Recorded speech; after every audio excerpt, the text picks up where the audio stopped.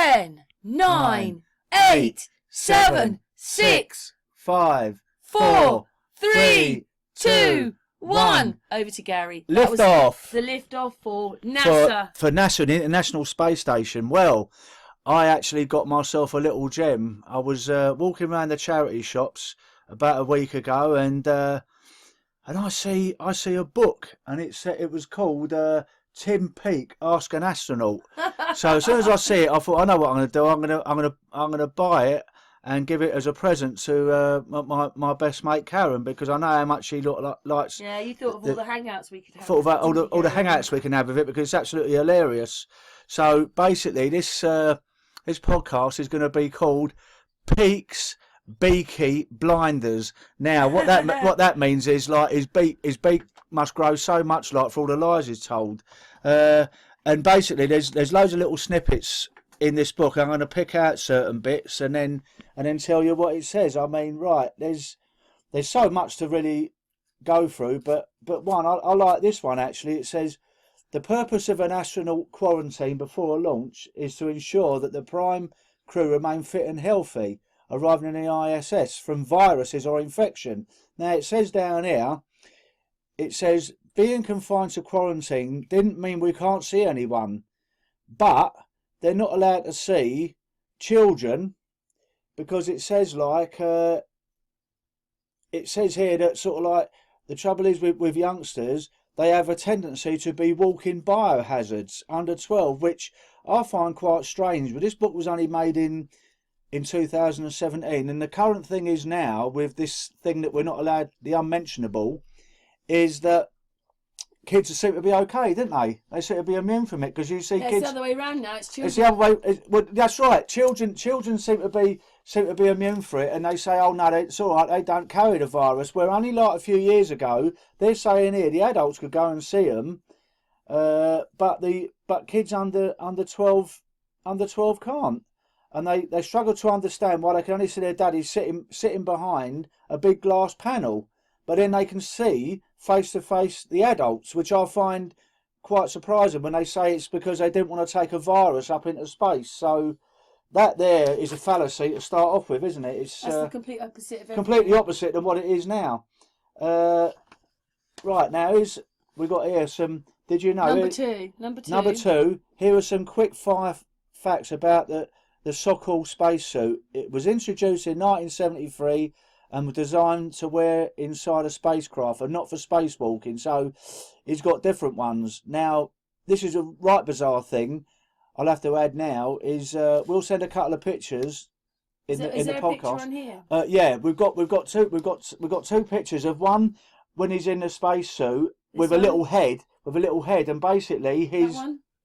Yeah. Now, if you see this picture, the size of his head, it's obviously superimposed inside a spacesuit for sort of like Andre the Giant, because there's no way on God's green earth. I mean, I don't know any you follow WWF wrestling, but there should be a guy called Andre the Giant. He's got big hands as well. Well, yeah. I mean, there's no way on God's green earth that's his spacesuit. Now, if you get the other one of the three of them on the steps, you'll see that it's you'll see that it's that one? It's a much smaller. I can't see. It's a much smaller spacesuit. There should be three of them on a. No, not that one. No, not that one. There's one with three of them walking down the steps. Yeah. Now, if you have a look at the size of that spacesuit, you know it's not very bright. It's not the same. It's not the same spacesuit at all. So you know, this is all rubbish, isn't it? And I'll tell you what. It says here, like it can be donned. It can be self-donned in 2 to 3 minutes. I can't see how they get that on, like, in 2 to 3 minutes. That is a little bit different to this one. Engineers, it's so different. It's obviously not the same spacesuit. It says it weighs only 10 kilograms, which I find hard to believe. The pressure seal is made by wrapping 2 rubber bands around the main opening. I like that. Hello. It is pretty comfortable to wear sitting down, but not too much standing up. That's why astronauts always appear hunched over when they walk out onto the bus that takes them to the launch pad. And very quickly, number 3, I'll have to do this one. Is it true that astronauts pee on a bus tyre prior to launch? One of the many wonderful and sometimes weird traditions that the Russians follow prior to launch is to have a pee en route to the launch pad. Actually, if you're about to be stuck in a rocket for several hours, this makes plain good sense. Tradition had it that Yuri Gagarin was on the launch pad in 1961, need to urinate one last time. So he suddenly realised the only place he could do it Gary? was on the rear tyre. And this is what I can't work out. How does he get his willy out when it's hard enough for me to do it, like in a tracksuit bottom? He says, it says otherwise, like he'd have to hold it like for such a long time. But I mean, that's absolutely ridiculous. Hang on a minute. It says here, I remember fumbling with the shoelace tight fasteners and rubber banded pressure seals to sort of like do a wee. Well, I mean, it's absolutely ludicrous, isn't it? He can't have a wee. What a stupid thing to put in a book. He's gonna have to wee in the. He's gonna have to wee in the. That's number 2, isn't it? That's number 3. That's number 3. Now number 4. This is what it's saying. How powerful the computer is that they're using space compared to an iPhone 7. I should have taken a photograph of this. I don't know if I did. I don't think I did. What it's saying, if you have a look like at sort of like the sort of like storage capacity they've got, it's nothing like you've got on an iPhone 7, which obviously was the one that was out in 2015. But they say that it has more than one computer. But I don't know if you know, like, but the original sort of like Apollo series of missions, the computing power they had was no better than sort of like the early mobile phones. The computing power, it was absolutely abysmal. The amount of sort of like storage capacity they had was nothing. It says here the new computer called 22BM101 Central Computer, whilst being several orders of magnitude better than the old Argon, still pales in a comparison with the computing power of an average smartphone, which I find very sort of like strange, to say the least. I mean, it just doesn't make sense. You think like the NASA would have, oh, this is the one I like, so that's number 4, and this is number 5. Now, I don't know if a lot of people have heard this one before, but we all know this is rubbish, because we all know that sort of like a gas pressure can't live next to a vacuum for obvious reasons. When does the sky stop and the atmosphere become space? For most purposes, the official boundary between sky or Earth's atmosphere and space is at 100 kilometres. This is called the Kármán line, named after Theodor von Kármán, a Hungarian-American engineer and physicist. But it's not quite as simple as that. Our atmosphere is difficult to measure because it gets progressively thinner as altitude increases. So basically, I can go on and on like about this, but what they're saying that the atmosphere gets invariable thinner as the further we go up, and then suddenly it just goes into space. Well, we know there's nowhere else in science or sort of like mechanics or anything that allows this to happen. Because if you've got like an aerosol can of any kind, what happens when you sort of like when you press the button, it sort of like fills a chamber, and it will just keep on going up and fill any void. That was much bigger.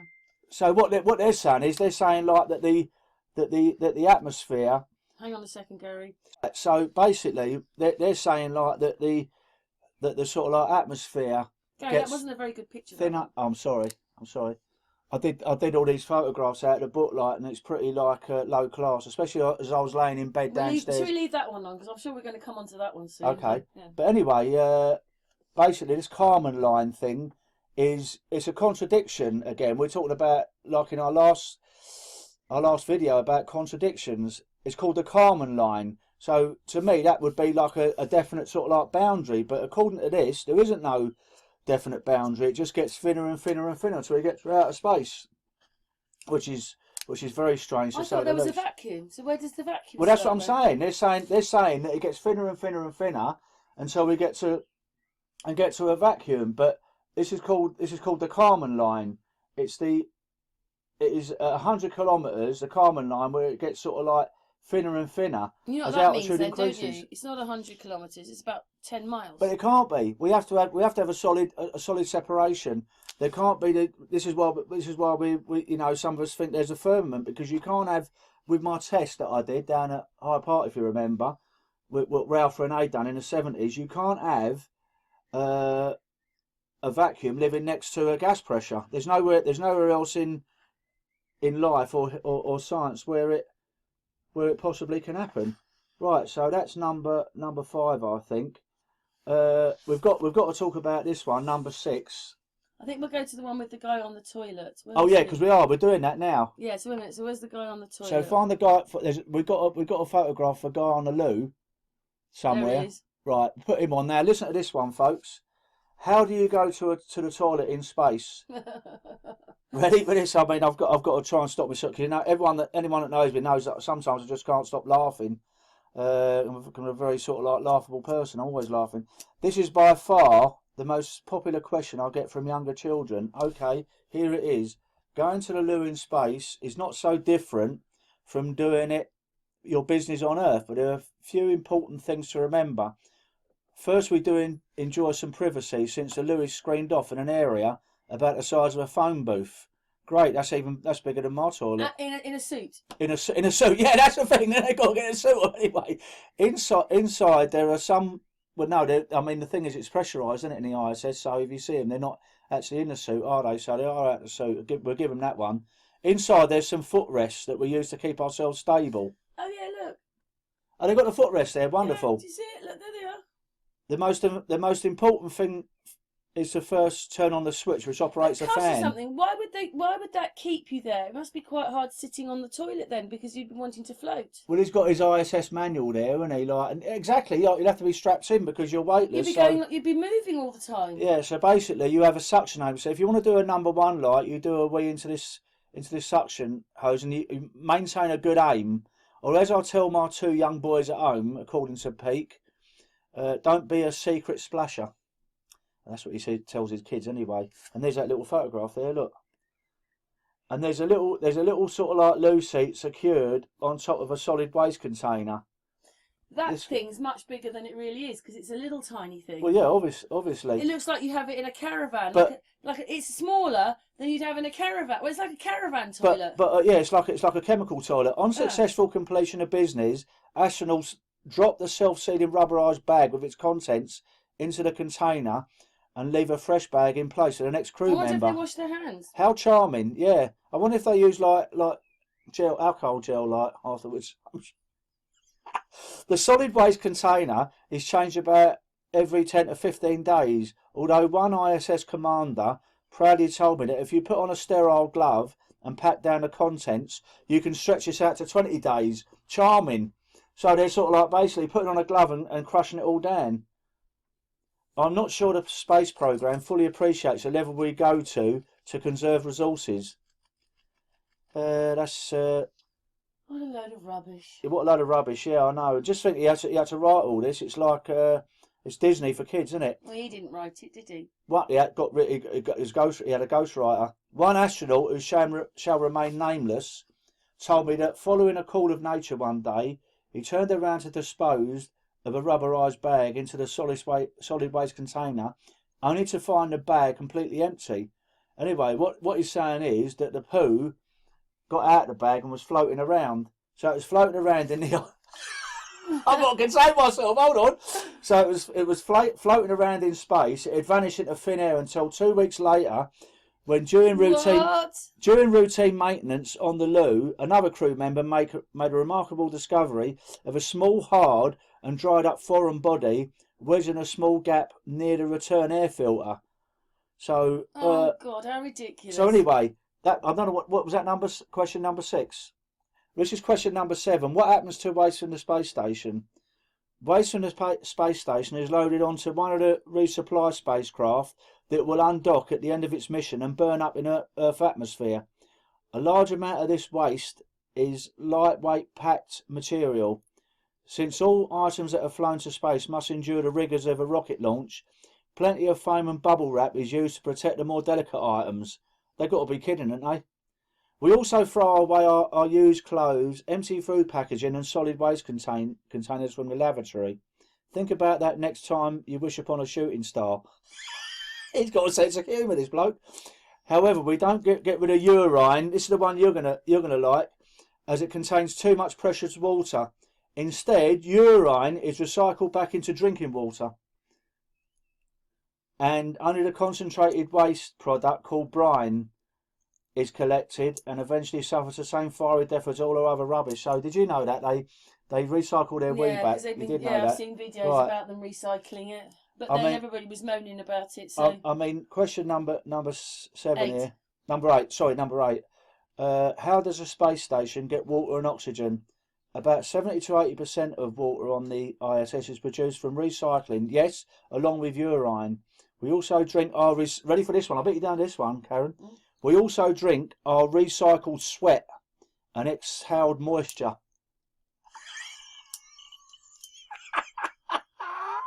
Oh, recycled sweat. Listen, I'm only reading out the book. This isn't what, they me. collect that as well, do Well, how do they? they collect sweat? I mean, there's sort of like I go, Gary, hang on, there's water. there's Tim Peake. When Tim Peake does his marathon up on the ISS, there's someone come along with a towel light and wipe it off him and say, "Tim, great." Oh yeah, and then they squeeze and it. then they squeeze it out into a container, and I suppose like what they do then is recyclate it. Right. So they've got a process which filters impurity, removes all contaminants. I wonder if it'll remove my Guinness. After I've had about 10 pints of Guinness, like they don't just fault. They can be drunk continually. Yeah. If they have my urine, you know, 'cause I like my pint of Guinness, like I had yesterday, and went down to Toby pub. I mean, the thing is, they can be pissed all the time. No wonder, like they're always floating about up there. They're probably all pickled. They're just recycling their drink. It says here. So what happens if there are any prescriptions and things like that? The system will filter all that out. Well, I should imagine so. That's what they say. And it said it's cleaner than most of what us drink on Earth. Well, that's what they're saying. I mean, it all seems too bizarre, doesn't it? It's like we know it's rubbish, but obviously someone had to write all this because people are going to ask these questions.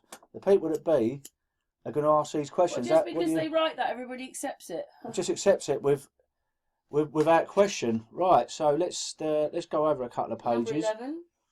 Number 11. Number 11. Right. What do I wanted to do here? Gary's been and read the whole book this morning. Well, I'm a very fast reader, like, you know, because what I do, I can go through and then I just pick out bits that we actually need. You don't want to be indoctrinated by it, do you, no. Gary? Hey, look, we've got a whatchamacallit there. We've got a syringe there. Vaccines and stuff. Right. So what they do loads of tests up on the ISS to sort of like you develop. Got a picture for that or not? Develop. No, I didn't do so that, let's unfortunately. leave them on the toilet then, because that's leave it on the toilet. Basically, what they do loads of sort of like research up there to try and find like new vaccine development. Well, you know, maybe like this new vaccine. Why would they up there when there isn't really anything alive up there? It's a joke, isn't it? It's Alzheimer's, Parkinson's, Huntington's, and even bovine spongiform engelopathy or mad cow disease.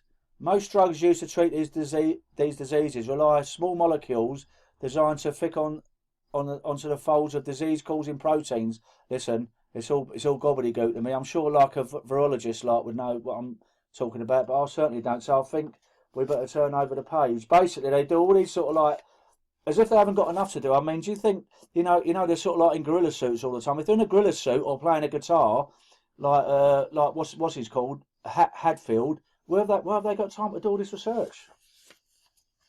Because he plays a guitar up there, don't they? Like, and go in a gorilla suit. Well, they make I imagine it with all those wires in there that it's a really extremely difficult, dangerous place to manoeuvre around. But they fly around it as if with all these wires and all these cameras. Yeah, and I mean you see the wires all the time, don't you? Yeah, I've never seen how anybody could think that is modern tech with all those wires. Oh, this the one I like. I like this one. It's number 11, yeah. We're on number 11 now. Yeah, I think so. Oh, I think that last bit was number 10. What is the grossest thing about living in space? Answer is, ha ha, what a great question. By far, the grossest thing about living in space is watching the soles of your feet disintegrate during the first couple of months in space. We hardly use the soles of our feet on the space station, as there is seldom any weight on them except when we exercise. Because of this, they become very smooth and soft, like a newborn baby's. 6 months in space is akin to having the best pedicure you could imagine. So, and the thing is, I save money on a pedicure, you see, with me, Karen, because like when I go in for a pedicure, I ask for a 20% Does it reduction. cut your toenails as well? Well, I have a 20% reduction owing to my foot loss, so when I ask for a pedicure, Does it cut your toenails as well? Well, I should imagine so. But I mean, apparently they end up with babies' feet. Unfortunately, the soles of your feet start coming off after living in space for a few weeks. You have to take your socks off very carefully. Who writes all this crap? Otherwise, there would be a shower of dead skin flakes ejected into the cabin. As nothing sinks to the floor in microgravity, this skin would just hang around until the airflow gradually pulled it into one of the return air filters. Meanwhile, you rapidly become one of the least popular members of the crew. I should imagine so. Especially like if you've got smelly bloody feet like I have sometimes. Equally gross is the fact that we develop lizard feet on the tops of our toes. We are constantly hooking our feet. What, you mean their feet become like scaled? Like they join together, do they? Yeah, they become like reptiles. It says we constantly hooking our feet underneath metal handrails, straps and bungees and using this force to hold us down to stabilise our body position while we work. All of this abrasion causes the skin on the top of our toes to become very rough and scaly. In fact, the European Space Agency has even experimented with specially designed socks in an effort to prevent this. The socks have a soft rubber coating over the top of the toes and do help to some degree. Now, I'll carry on a little bit of this. When I used to be a motorcycle courier, I'll see an ad. You know, you get them sort of like little books in back of newspapers. No, you don't get newspapers. You get these little books that give you all these little stuff. You can buy sort of like binoculars and all this kind of stuff. But one time they had like these socks that were sort of like invented by NASA for people to work up in space. So I thought, my God, they've got to be fantastic for me in the winter. That was pre-accident. So my mum, I said, oh, can you get these for me in my Christmas box? So she got them for me. And when I got them, they were like made out of aluminium. And I've got to be honest with you, they did actually work. They were very thin. And you put them on, then put your old socks underneath. Of course, you know, it's a load of old bloody rubbish, but they called them like socks developed by NASA, because in this book, there's another misconception that maybe you lot don't know. Everyone thinks that Velcro was invented to sort of like, by NASA, and it wasn't. Another guy his name I can't remember, is a German bloke, invented Velcro, so that was a load of old rubbish. So Velcro wasn't invented by NASA, and that's even admitted in this book. So we're on number 12 now. Right, we're on number 12. I mean, right, let's have a look now. Oh, that's the one I like. Don Pettitt's cup. Look. I don't think I've got a photograph of that. No. What a shame. What's the last picture? Let's have a look. What's the last picture here? Shall I just leave that one? Yeah. What? Yeah. Why don't you leave that one? That's a guy with this spacesuit on, because we're going to come to that with a helmet. Well, NASA astronaut Don Pettit went one step further about drinking tea in space, because in 2008 he designed a low gravity cup used during his mission. Don is quite simply a genius. Yeah, right. He used mathematical modelling to determine the precise shape of the cup that would enable the fluid to be contained in microgravity without spilling the contents all over the space station. The cup has a corner with a sharp angle which, due to the surface tension of the fluid, acts like a wick and directs it towards the astronaut mouth. When you go to drink your coffee or tea, a capillary connection is formed, and hey presto, you can sip on your hot drink in a big bath at NASA. Sorry, in space. While I did try this a couple of times for fun, I was never very comfortable leaving a cup of hot liquid stuck to the walls with Velcro, so I usually would opt for a much safer option of a full pouch instead. And back to this character, Don Pettit. I don't know if you know, but this is the guy that turned around and said, "We would love to go." I'll try and do my terrible American accent. "We would love to go back to space in a nanosection, but we can't because we lost the technology, and it'd be a very painful process to find it again, to invent it again." That's what he actually said. Painful? He said it'd be a very painful process to... Why would it be painful? Because they lost all the technology. He turned around and said, when he's been asked, I put that video out a couple of weeks ago. How comes we ain't been back to space? He said it's a painful it's a painful process to get the technology again, because apparently everything from the Apollo missions has been lost. The most eventful thing of all time. they've lost it all. So nobody got sacked or anything, no one got the sack for it. or told off, or I mean, who would have guessed? Like, what number are we on? Number 13 now. Is it number 13 or number 14? 13. I haven't got dementia. I'm just trying to do 13, two things right. Right, number 13. Do you watch movies in space? Now, if you was to guess the kind of movies they're going to watch in space, what are you going to think? Like Dirty Dancing, or sort of like, I don't know, a rom-com or something like that? No. What are the ones they watch in space? You know, they should have some originality, but they haven't. Star Wars, The Force Awakens. Scott Kelly has asked for the movie to be set up ahead of our arrival in December 2015. Another one they like watching is Gravity, and Gravity. They like Gravity. Yeah, because that's. Oh, 1 second. Because it's all. 1 second. Sorry, just a stupid person trying to tell me something. Yeah. So what number are we up to now? I'm just trying to think. I think the 13 was that one. That was 13. And you've just done the films. Yeah, we done Don Pettit. We done the films. Yeah, because basically, you know, it's not the most original thought, is it? What do you think they're going to watch? They're just more indoctrination stuff. Watching Star Wars definitely ranked extremely high on the cool factor.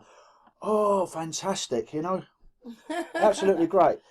So number. And what is Star Wars? A CGI. Well, CGI. So the thing is, you know, you thought they'd have had some originality and say, I don't know, we watch like. Buck Rogers. You know, sort of like, I don't know, Wuthering Heights or something like that, you know, or something romantic. But it's all sort of like stuff that they're going to watch. They're in space. I mean, they're in space anyway, so they're watching stuff in space. It just seems really, really ridiculous. It's like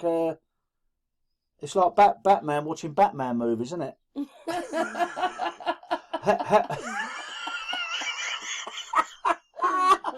Right. How do you wash your clothes in space? There is no. You're going to like this one. You're going to love this one, people. There is no washing machine on the space station, and water. Oh, I didn't say what number it was. 14. 14, right. There is no washing machine in space. But what we do, we exchange them for a new item and throw away the old ones. Just like that, you know, just throw them away. It's not as bad as it sounds. We live in a temperature-controlled environment, so clothes don't get as dirty as they might do on Earth. Some of the items, like socks or exercise gear, sometimes have antibacterial materials in them too. We change our clothes according to a set schedule. This ensures that we will have enough items to last us for 6 months. You're going to like this one, boys and girls. For example, we change underwear every 2 to 3 days. So if old that's just sheer laziness. If old Peaky Blinder was to sort of like run on a treadmill, he's going to have the same pair of undies on, and they're just a bunch of smellos. They're a bunch of smelly people, and t-shirts and socks every week, and trousers and shorts every month. Then we have a few extra polo shirts for smarter occasions, such as recording video messages and other public relation activities. Plus, a couple of sweatshirts as a space station can sometimes feel cool in the evenings. I thought they had eaten in there. But why would it get cool in the evenings? The clothing that is worked the hardest is our exercise gear. We change it every week. Oh, great. So that hang on a minute, hang on. Most of the people here have been to the gym before, haven't they? So what he's saying here is, he's saying like that what the clothing that is worked the hardest is our exercise gear. We change it every week, but when you're working out for 2 hours a day, then you certainly welcome a fresh set come the weekend. Ugh. So you know what it's like. If you go to the gym... I know, but they are supposed to be living in the most dangerous place here. Yeah, but I mean, you're going to stink the way, haven't you? Imagine like if you're on a treadmill, like jogging so he's away. Wearing that t-shirt. He's wearing the same. It says they wear it nearly the so whole week. Saying is by about day 3, you're wretched. Yeah, so can you imagine like they hang up by themselves? They just stand there. They must be cut, and then they get the sweat. Maybe they don't need deodorant. Maybe the outer space does it. No, but if you remember, if we backtrack a little bit, they use the sweat for drinking. So what they do, Tim Peake and Pettit or one of the others or Chris Hadfield, they get hold of it and then they wring it out. That's a load of rubbish. You know, like maybe they got one of them things. Do you remember years ago our grandmothers used to, what was them things called, like where you put clothes through and it squeezed them? A wrangler thing. A wrangler thing. Maybe they do that and then they got a little bucket underneath, collect all the sweat and then put it for recycling for the drinking water. I don't understand when most of us is water and you're watching them with water, that the water's all in bubbles. As we're 90% water, inside our body, that would be happening to them. They would die. Exactly, and I was thinking about another thing as well. What happens because I thought about that a long time because ago.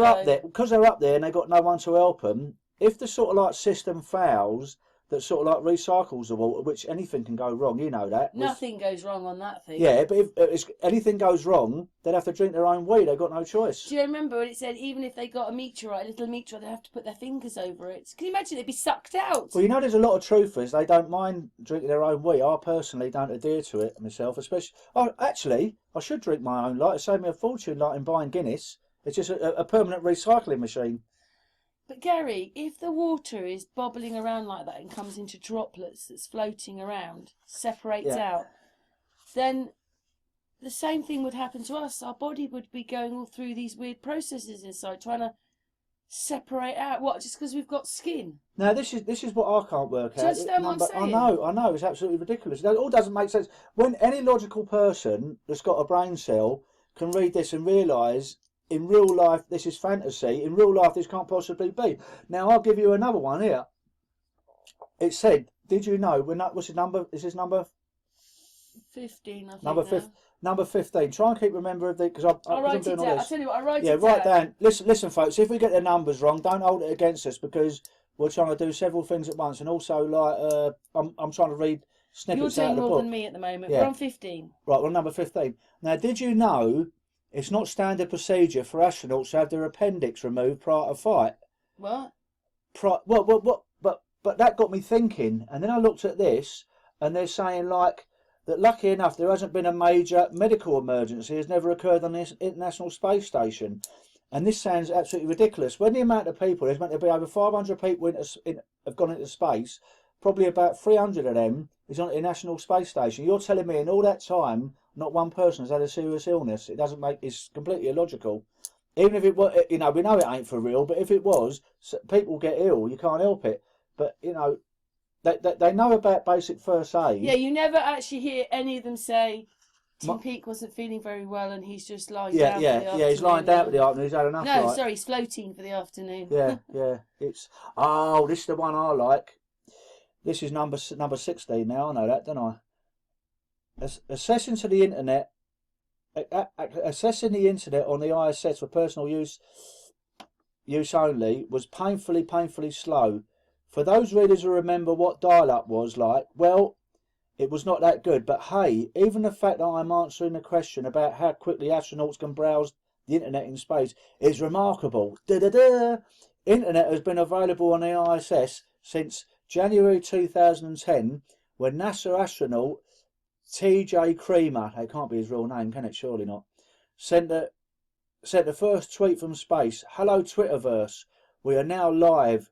Tweeting from the International Space Station, the first live tweet from space. Now, I'm going to stop here and carry on, because you know my. How did they get the telephone call? Yeah, but now listen. Let me. The president. Now listen. In 1969, I was only 9 or 10 years old, but I remember when President Nixon phoned up, sort of like Neil Armstrong, and said, "Oh, this must be the most fantastic phone call ever made, like I'm speaking to Neil Armstrong now from the White House." So we could do that then, and it's taken all this time for them to sort of like, the next thing is to well, sort you know of what they say now, we've only been as far as where all those rocks are. What's that? The asteroid part. The asteroid belt. Yeah, we've only been as far as there. Yeah, but no. So how could they say that when they've said we've been to the moon and people? So this is how they change our history. But you know something. Then people today will believe they've only been as far as there. You see. But they were supposed to have gone to the moon, and they're like oh my God, like they've changed everything. And no says, hang on a minute. Oh yeah, we'll just carry on paying. Yeah, but I mean, it's the same. Million. It's the same. No, we'll carry on paying it. It's the same as what we said about Don Pettit a minute ago. You used to have had millions of people in America turn around and say, "Hang on a minute, my tax money has gone into that. Where's all the technology gone? We want to know where the technology is." You know, saying like, "Oh, we've lost the technology," like, and it's a painful process to get it back. People should be screaming their head off about it. But now, what we were saying a minute ago with regards to this. So in 2010, they done the first tweet. But in 1969, on an ordinary landline, Nixon was speaking to Neil Armstrong. Yeah, not a landline of today. But what you got to remember. So how did that get from like? And you notice there's a 4-second delay because they calculated that with light at the speed of light, I think people can correct me. I think it's 286,000 miles a second or something. I might be wrong on that, but anyway, I know it's very fast. They calculated that it's going to take 4 seconds for the signal to get up to the sort of like moon and back, or one way. So that is why you used to hear them beeps going beep, because they knew that was when the other person was to speak. I did this like in podcasts with you before. But the thing is, this is crazy that in 2010, we go back to 1969. You didn't hear sort of like Bill Clinton or any of these other presidents like speaking to someone on the moon. Did you on a landline? Because people were going to say what? Now we have. Do we have Wi-Fi on the space station? Yes, the ISS has Wi-Fi provided by a couple of Bel End more like, not Bel Air, Bel End, Bel Air wireless access points in the US segment. This was only used to connect devices on the operations network, although not for personal internet use. However, it did mean we could use iPad to access our procedures, daily schedule and other apps, which greatly improve crew efficiency.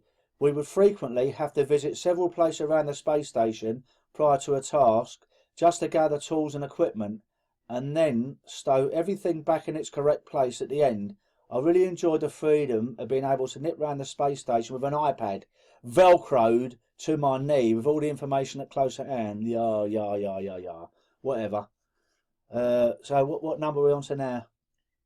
16. Right, well, I'll tell you, this is still 16, this is still connected, really. So, our crew quarters contained 2 laptops. One was connected to the operations network. This computer gave us access to all the vital data required to conduct our daily work on the ISS, such as schedules, procedures, email, and a myriad of other tools and applications. However, in order to provide a firewall to protect the operational data, we used a second laptop connected to a crew support network to access the internet for live posting on Twitter and Facebook. So that's when you see like people like Hadfield, like, dressed up in a gorilla suit and all that, I suppose.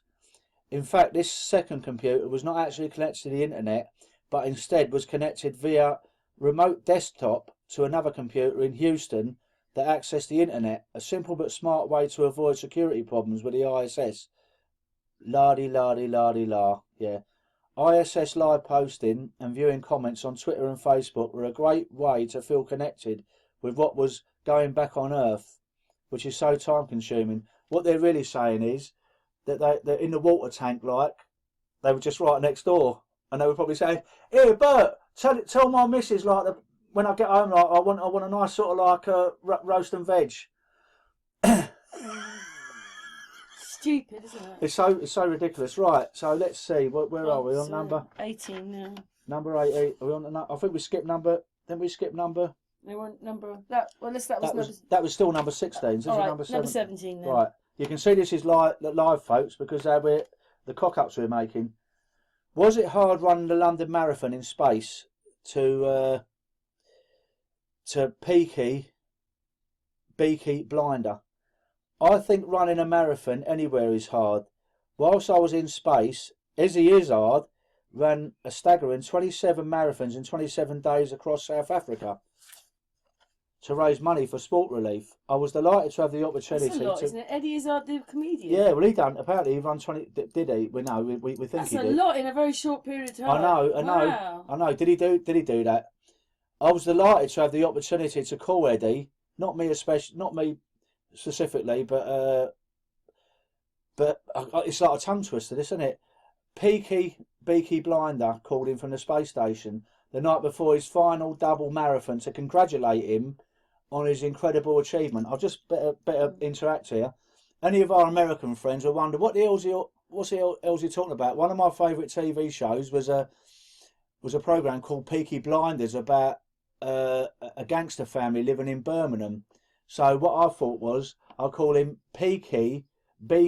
Now beak means every time he tells a lie, he's getting more like Pinocchio. His beak is sort of like growing. So Beaky Blinder. That's what that's all about. Well, I understand it, and Karen does, maybe. But, you know, a lot of our American friends, like Amy and whatever, might not understand what we're talking about. He ran his first London Marathon in 1999, completing it in 3 hours and 15 minutes. Well, that's pretty good.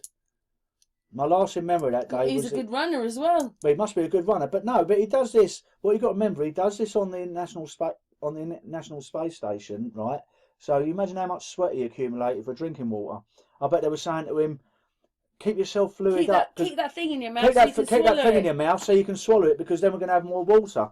But it says keep running, more water. It says he was on a harness. He was wearing a T2 harness system, which they use for everything, didn't they? Because they have to be supported. They don't just use that for running. They use that for when they sort of like do their somersaults. Anyway, that's basically it. I completed the run on the International Space Station in 3 hours and 35 minutes. The relief, oh, I should have done that one. Look, a banana. The relief at finally removing the harness and being able to float in weightlessness was monumental. Yeah, right. So yes, the marathon was quite hard, and I nursed my bruises for 3 days before I could put the harness back on and go for another run. However, it was one of the highlights of the mission for me because I was sick of drinking my own wee. So now I'm drinking my own sweat. No, it's not saying that. I just made that up.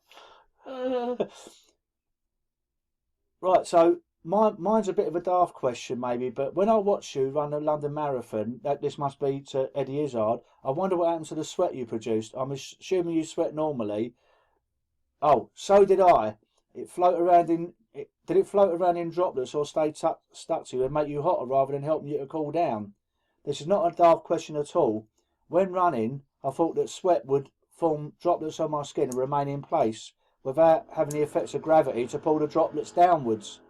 This was indeed the case for my arms and legs. However, what was really interesting was observing the sweat on my face and head.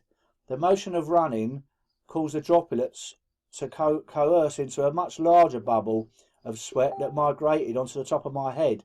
Every 20 minutes or so, I would feel this bubble wobbling around in my hair, and I had to towel my head dry. So obviously they put that through the wrangle, like, to sort of like get more drinking water out of it.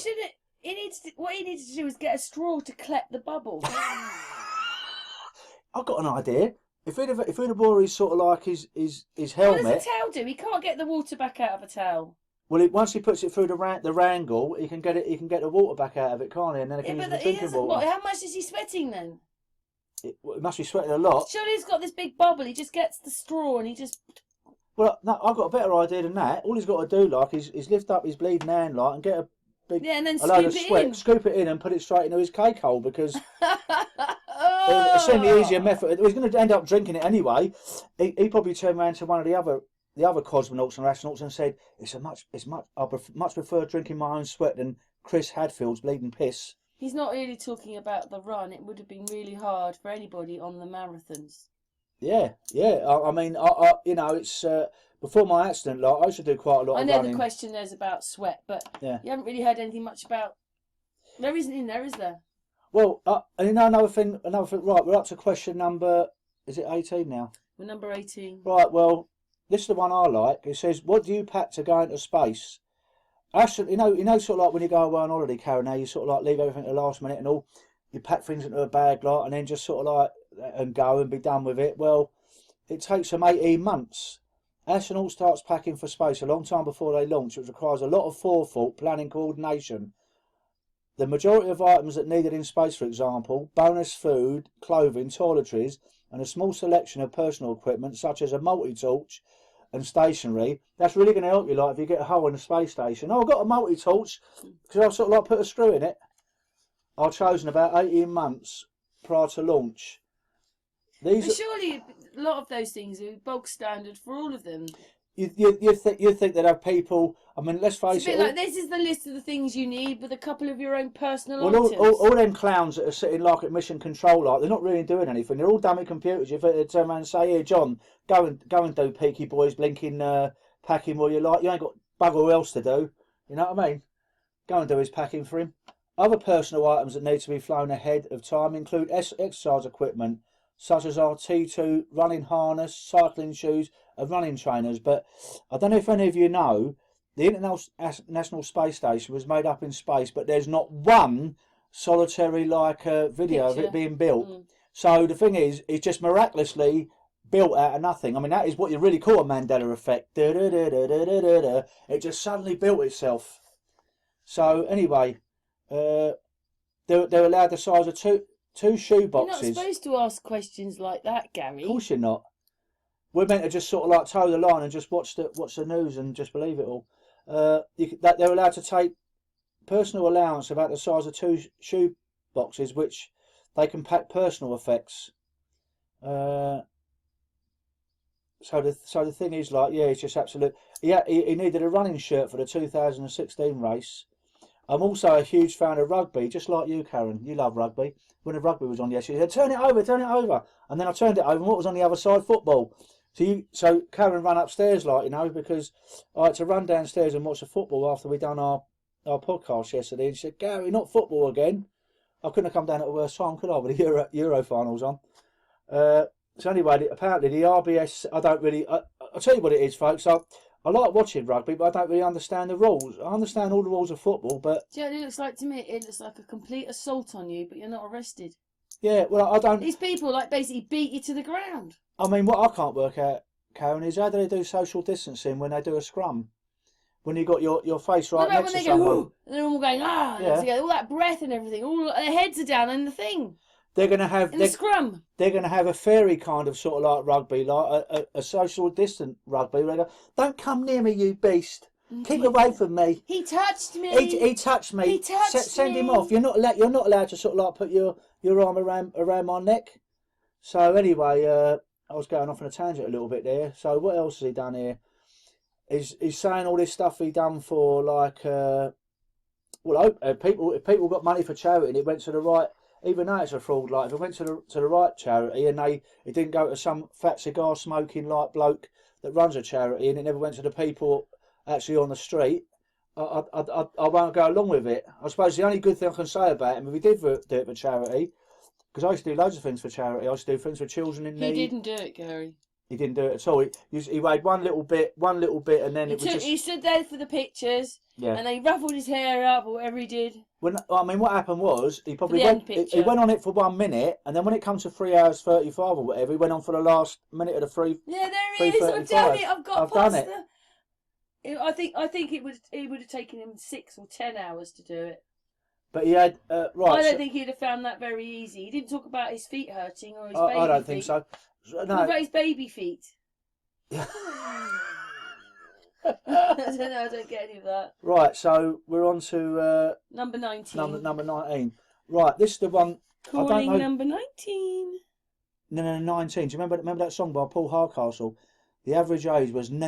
You're old enough to remember. No, 19. It was a Vietnam War. The average age was no, 19. I'm going off on a tangent here. Sorry, folks. This happens sometimes. Gary's on one now. Right, quick fire round for any of you people out there. What I'm going to do is give you a question and see if any of you get right, and then you can put it in the messages afterwards and tell Karen what kind. Well, I can do it on the live stream. What kind of watch do astronauts wear? I'll leave it for a few seconds, because if you either know it or you don't know it. That's long enough, because if you know it, you're going to say it straight away. Currently, European Space Agency astronauts are issued with the Omega Speedmaster Skywalker. Now, what number do you think it is? Of all the numbers they could have chose in the world, right? What number was the number of the watch? An X33, that number again, 33, which was developed in collaboration with ESA astronauts and features several functions that are ideally suited for spaceflight, such as multiple alarms. I mean, you really need that, do you? When you've got nothing to do, like wake up in the morning, oh, Radfield, leave it out, I want another half hour. Like when I woke up yesterday, when I got a phone call. Certain watch batteries are not permitted, nor are watch faces that would shatter into pieces if struck, such as sapphire crystal. This would clearly present a serious risk of eye injury in a weightless environment, and so durable I think the toilet is the biggest injury thing they've got there to cause injury. It is for sure, yeah. Especially after I've been after that leading curry we had the other day. If I went there afterwards, what was your most essential item tool on board? Now, of all the things you'd have thought, what was the most important thing? His most important thing was I always carried a small torch and a Leatherman multi-tool on me. Both items I used several times a day. Often we would have to search for items in dark corners of the space station, so the torch would always come in handy. I'm looking. I'm looking for a turd. I'm looking for Chris Hadfield's turd. Where is it? Or the sweat. Yeah, where's the sweat and where's the turd? So right now we can. You should have done that one. We can go. I think did I do it? No, 1 second. Let me just check. Walking. This is a spacesuit, and this is what happens if a little bit of a meteorite. Yeah, because if a bit of space junk or something like it's the suit. But right, we're on. This is number 20, isn't it? Yes. It was 19, so yeah. we're on to number 20. What do you remember as your most amazing experience on the International Space Station? I'm not going to say her name in case she put might not like it, but these are all questions that people are sort of like asking. Peake Beaky Blinder. At 12:55 p.m. on Friday the 15th of January 2016, my fellow astronaut Tim Copra and I got the message from Mission Control to exit the Quest airlock carrying a bag of tools each and a replacement voltage regulator, a box roughly the size of a small fridge. We set off to repair a faulty solar panel and would be a routine task back on Earth for any electrician. The total difference, we were setting foot in the vacuum of space. At the bottom of a tank. Sorry, no, the vacuum of space. Sorry, they were just in a room and then they put the CGI pictures in. So anyway, remember this is what you're looking at. Donk, there goes the picture in the space. We was about to. Now this is going to come very apparent in a minute, and then I want you to switch to the one with a glove because remember my experiment down at Hyde Park. Do you want me to put it on that one? Yeah, put it on that one. 1 second. 1 second. Yeah, sorry, we're just changing over to another photo. I got all these. Sorry about the picture quality, folks, but I got these out of the book. But they are black and white pictures. I'm not exactly David Bailey, and they aren't. Yeah, and they are. 1 second. Oh, sorry. I was just saying that book is made for children. Well, I call it Disney for adults. That's all it is. But some people will read this and believe it. I've got a mate of mine who'd believe it, and if I give him this book, he'd turn around and say, "Oh, God, that's one of the best books you ever given me." And for £17, there isn't actually that many words. I mean, Gary, the book looks big, but there aren't that many pages in it. I mean, obviously, the bloke that took it in a charity shop he might have been a truther. He could have thought, I never believed in that. And once he read this, he realised it was a load of old rubbish. Sale.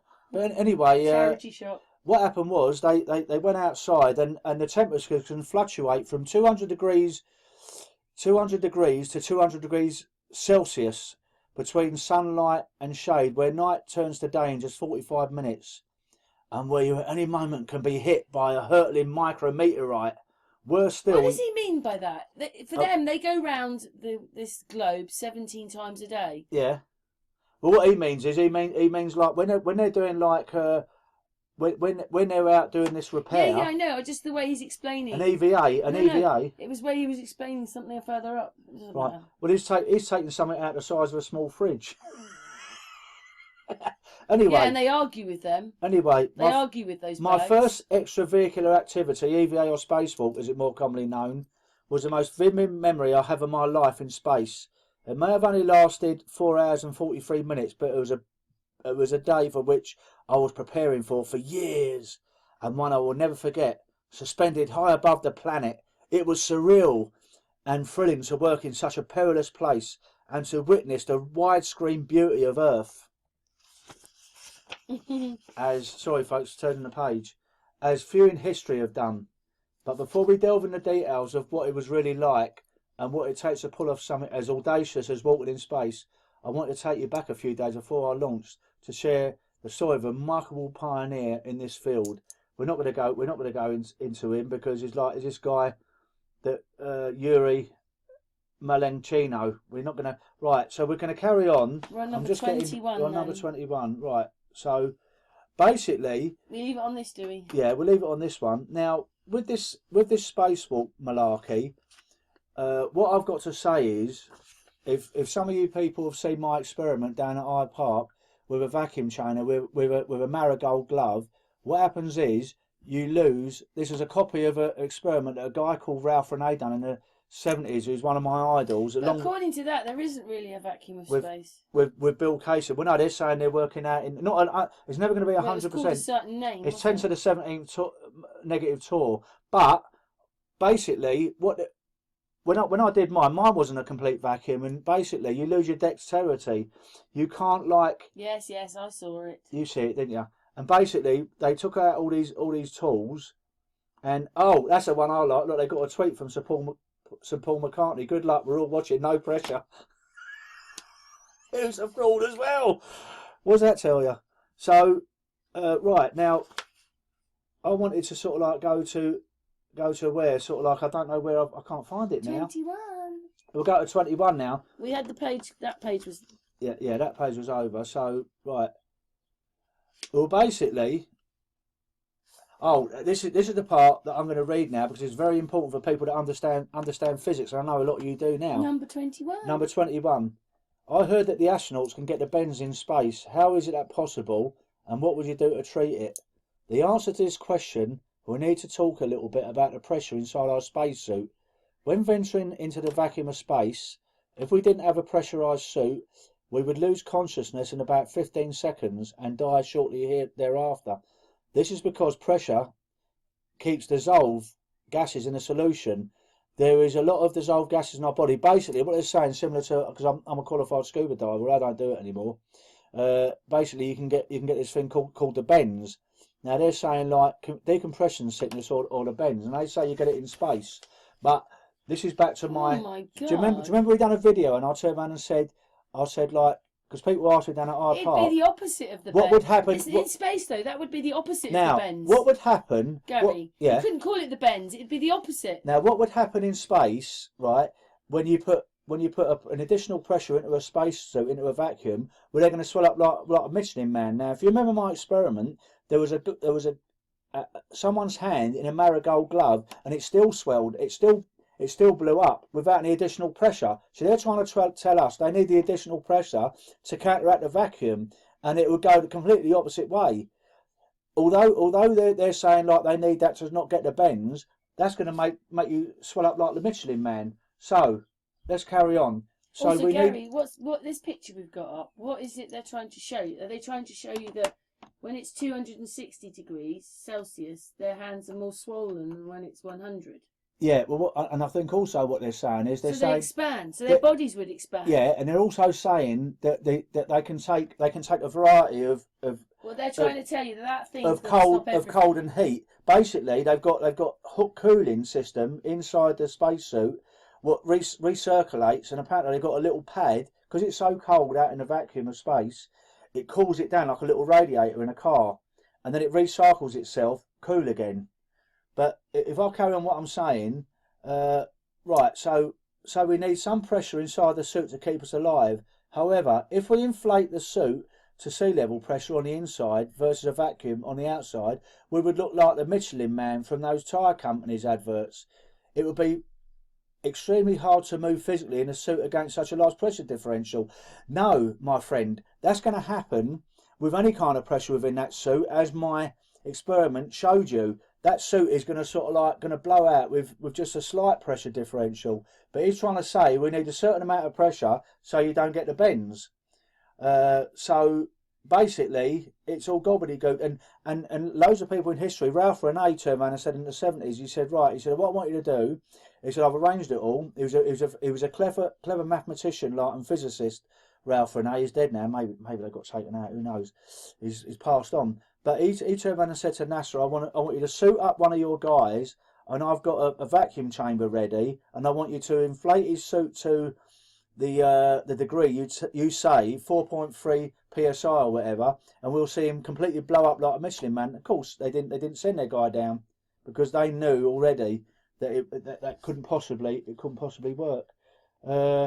So basically, he's trying to get around it by saying, because he knew there was going to be people like me in a few years after this book was printed to say, why don't you blow up like the Michelin Man? And he's saying that it can only happen over a certain PSI, pounds per square inch, whereas that's a fallacy for the simple reason you've got uneven pressure already. You've got the vacuum and the guy in the suit with pressure, and because it's uneven pressure, that suit is going to expand.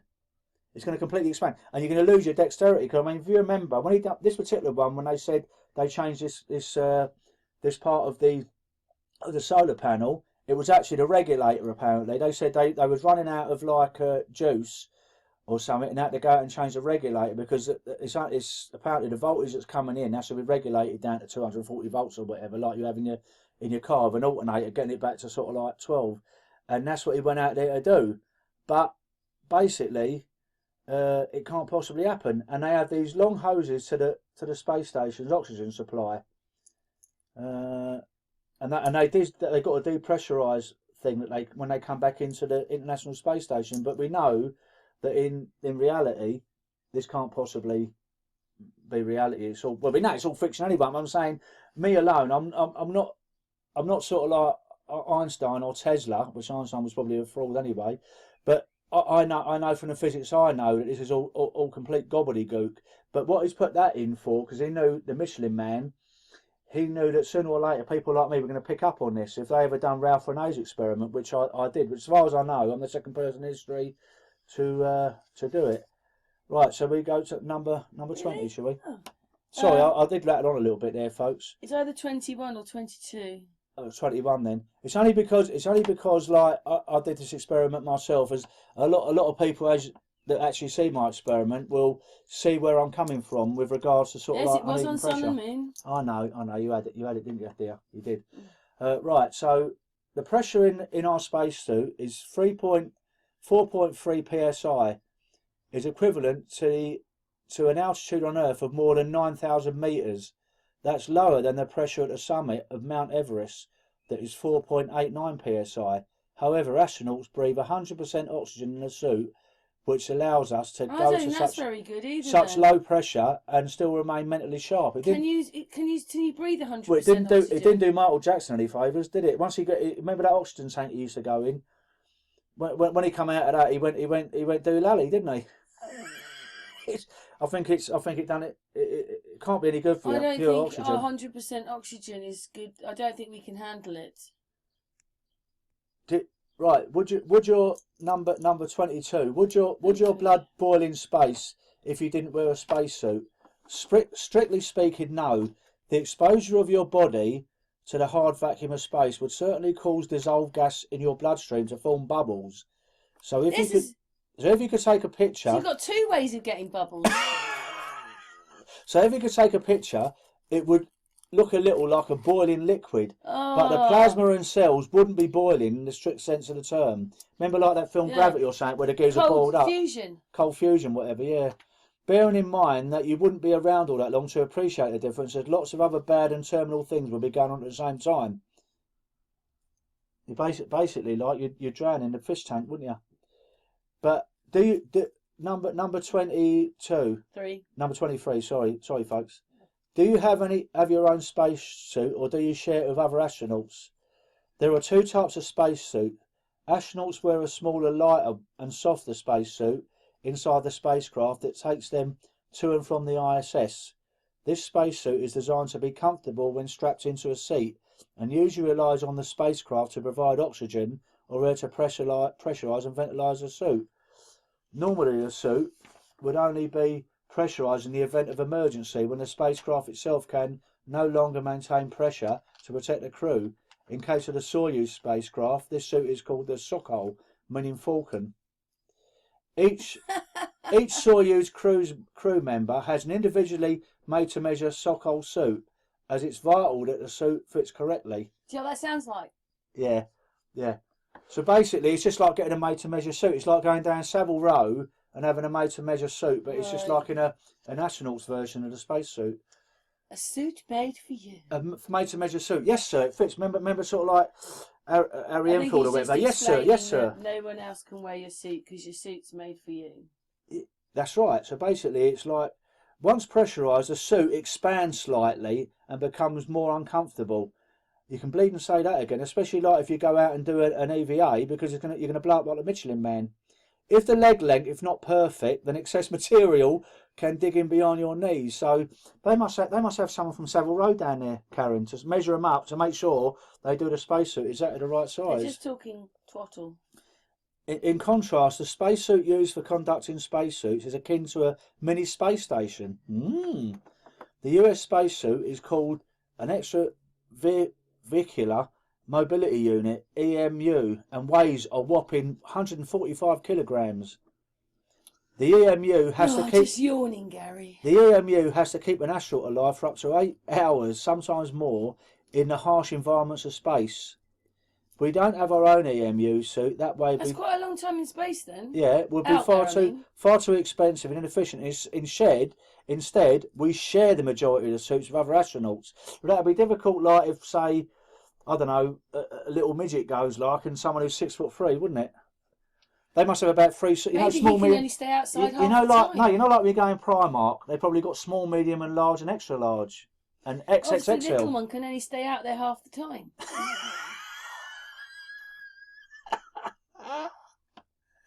Oh dear. Anyway, yeah. So the thing is, it comes in 4. Oh, it does. It comes in, the upper torso comes in 4 sizes: small, medium, large, and extra large. The sun tried to come out then, and it magically, like, everything's looking drier now. Although the small size has never been flown into space, maybe because I never sent a midget into space. Boot sizes are just medium or large, with the option of boot inserts to fill any gaps.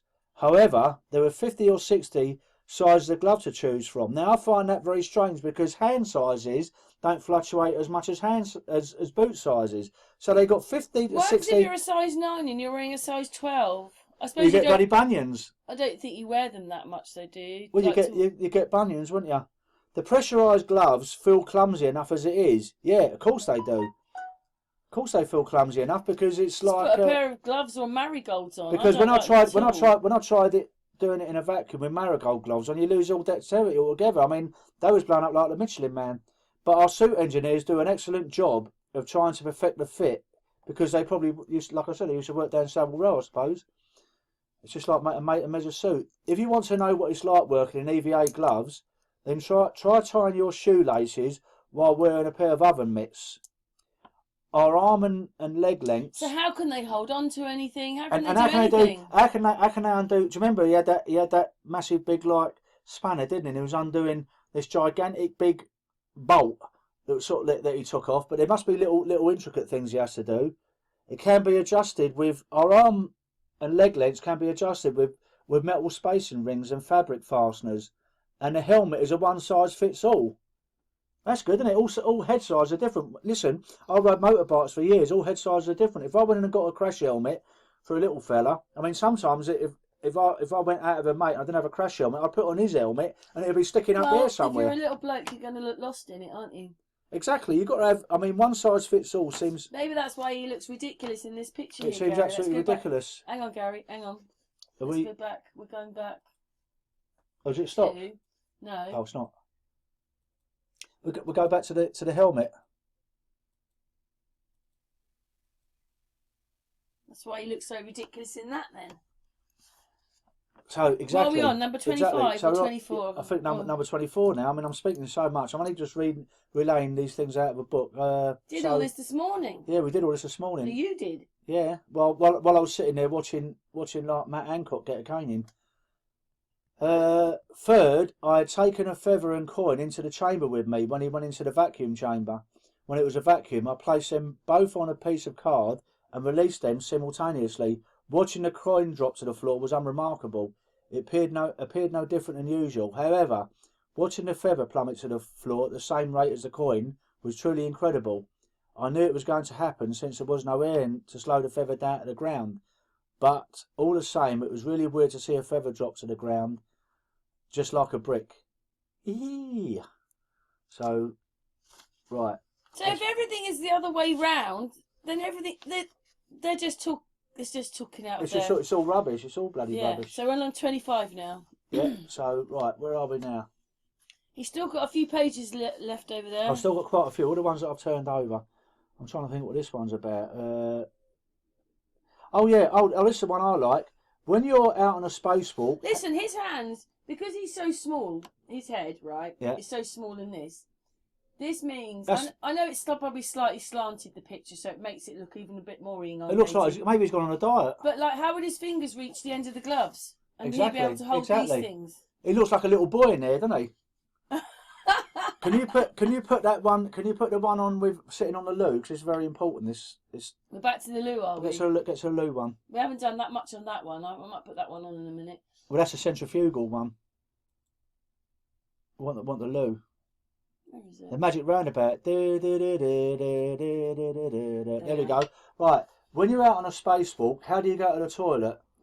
On the day of a spacewalk, astronauts can spend 12 hours or more in the spacesuit with no access to the loo. For this reason... That's a long time out in space. Oh, no, you're going to love this one. Gary, that's a long time out in space. For this reason, astronauts wear adult nappies under their cooling suits. No, I'm not kidding, folks. This is what they do. They wear adult nappies under their cooling suits in case the need should arise. These are the same... Don't bring that one out, then. These are the same maximum absorbency garments, or MAGs, that we wear during a Soyuz launch. Usually the EVA crew will get up at about 6:30 in the morning of the spacewalk, spend a few minutes on personal hygiene, and then carefully place electrodes on our chests so that the flight surgeons were able to monitor our heart rates back at sort of like mission control, which is a fat lot of good, like if you have an heart attack up there, wasn't it? But the thing is, with this, right, it's amazing that none of them, like, because you know what happens when you go on fairground rides. I know that they're in the open and they're supposed to be in a capsule, but when they take up these things, these bungee jump things, the people pass out. Don't get anything like that, do you? Well, you know, like suddenly when you see everything moving so fast, you don't think, "Oh, I'm not." Ooh. Now the thing is, he turned around and said, "I've never had to use my mag, even though he's done loads of spacewalks. But you know what it's like sometimes. You just got to go, and so you'd have to do it in your nappy." I should imagine it'd keep you warm, actually. It's not very hygienic, is it? It's not very hygienic. I knew a biker friend of mine once, like, and he was a bit of an Hell's Angel, and he said to me he used to do it in his levers while I'm he was surprised they're not wearing like catheters or something. He had a wee one day in his levers, and I said to him, "Why'd you do that for, mate?" He said, "It kept me warm. It was cold." So maybe they do the same thing in there. They wear in a space suit and it keeps them warm, maybe. Or why? You think they'd be I know that you wouldn't want to put a catheter on, but that would collect the pee. You'd pee and it goes in a bag. I think they can have they have a little thing put over their whatnot, like, and then do a wee into a bag, but they don't know they have a nappy.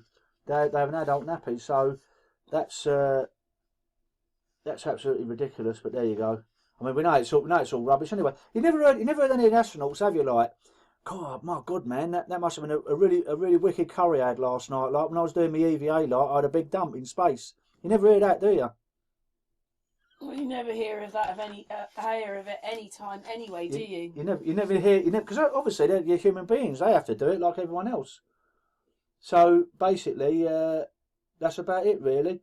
I mean, there was when Ed White was in space. Now I don't know if you know what Ed White was. Ed White was one of the astronauts that was in the Apollo 1 capsule where he got fried to death with Virgil Gus Grissom and Roger Chaffee. But Ed White was the first person that was actually in space, and the first one he ever done was 23 minutes, and he joked, "This is fun," but he didn't want to come back in. I bet he should have stayed in bleeding space now after what happened to him, like getting burnt up in the blinking capsule. Poor bloke. Well, God rest his soul. It's not real, is it? But Ed White, Roger Chaffee, and Gus Grissom, like, they burnt to death in that. That's not real, is it? But you don't think they did? Well, they had funerals for him. And his wife, Gus Grissom's the same wife. thing. It's all not real. Yeah, but Gus Grissom's wife is still alive, and his son's name is Scott Grissom, and he's been trying to get to the bottom of what happened to his dad. What I think it is, Gus Grissom was like the Justin Bieber of the space race. You know, he was like the poster boy, and they wanted him the first person to be in space, but they'd have had to tell him right at the end, "Here, listen, mate, we've got something to tell you. It can't possibly happen because we got something above us that we can't get through, so space don't exist the way we know it." So then they got taken out. Maybe it's only people have said it before. So basically, they all said that, you know, like they were trying to land these modules and they couldn't even land them properly on atmosphere and all that, and it's all rubbish. Oh, and this is another thing as well. Do you know there was this guy called Tim Copra. Now I don't know if you remember him. Obviously in the water tank wherever they are in at NASA or sort of like somewhere, Area 51 or whatever. There's a guy called Tim Copper, and what happened was his space suit had developed a fault, and water was beginning to enter his helmet via the ventilation duct at the back of his head. At that point in the spacewalk, Tim and I had been working on separate tasks, but we were too far. We were not too far away from each other, and I was able to see inside Tim's helmet. There was already a golf-size globule of water lurking ominously at the front of his visor. Now, of course, they're telling us that what happened was the cooling system developed a fault, like your radiator bursting, like, you know, if it hits a stone hits it, and all leaking out onto the ground that we've all been through, you know, oh shit, I can't go anywhere, my radiator's gone.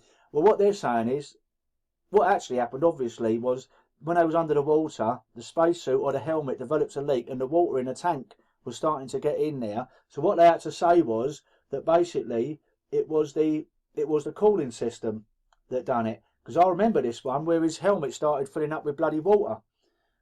So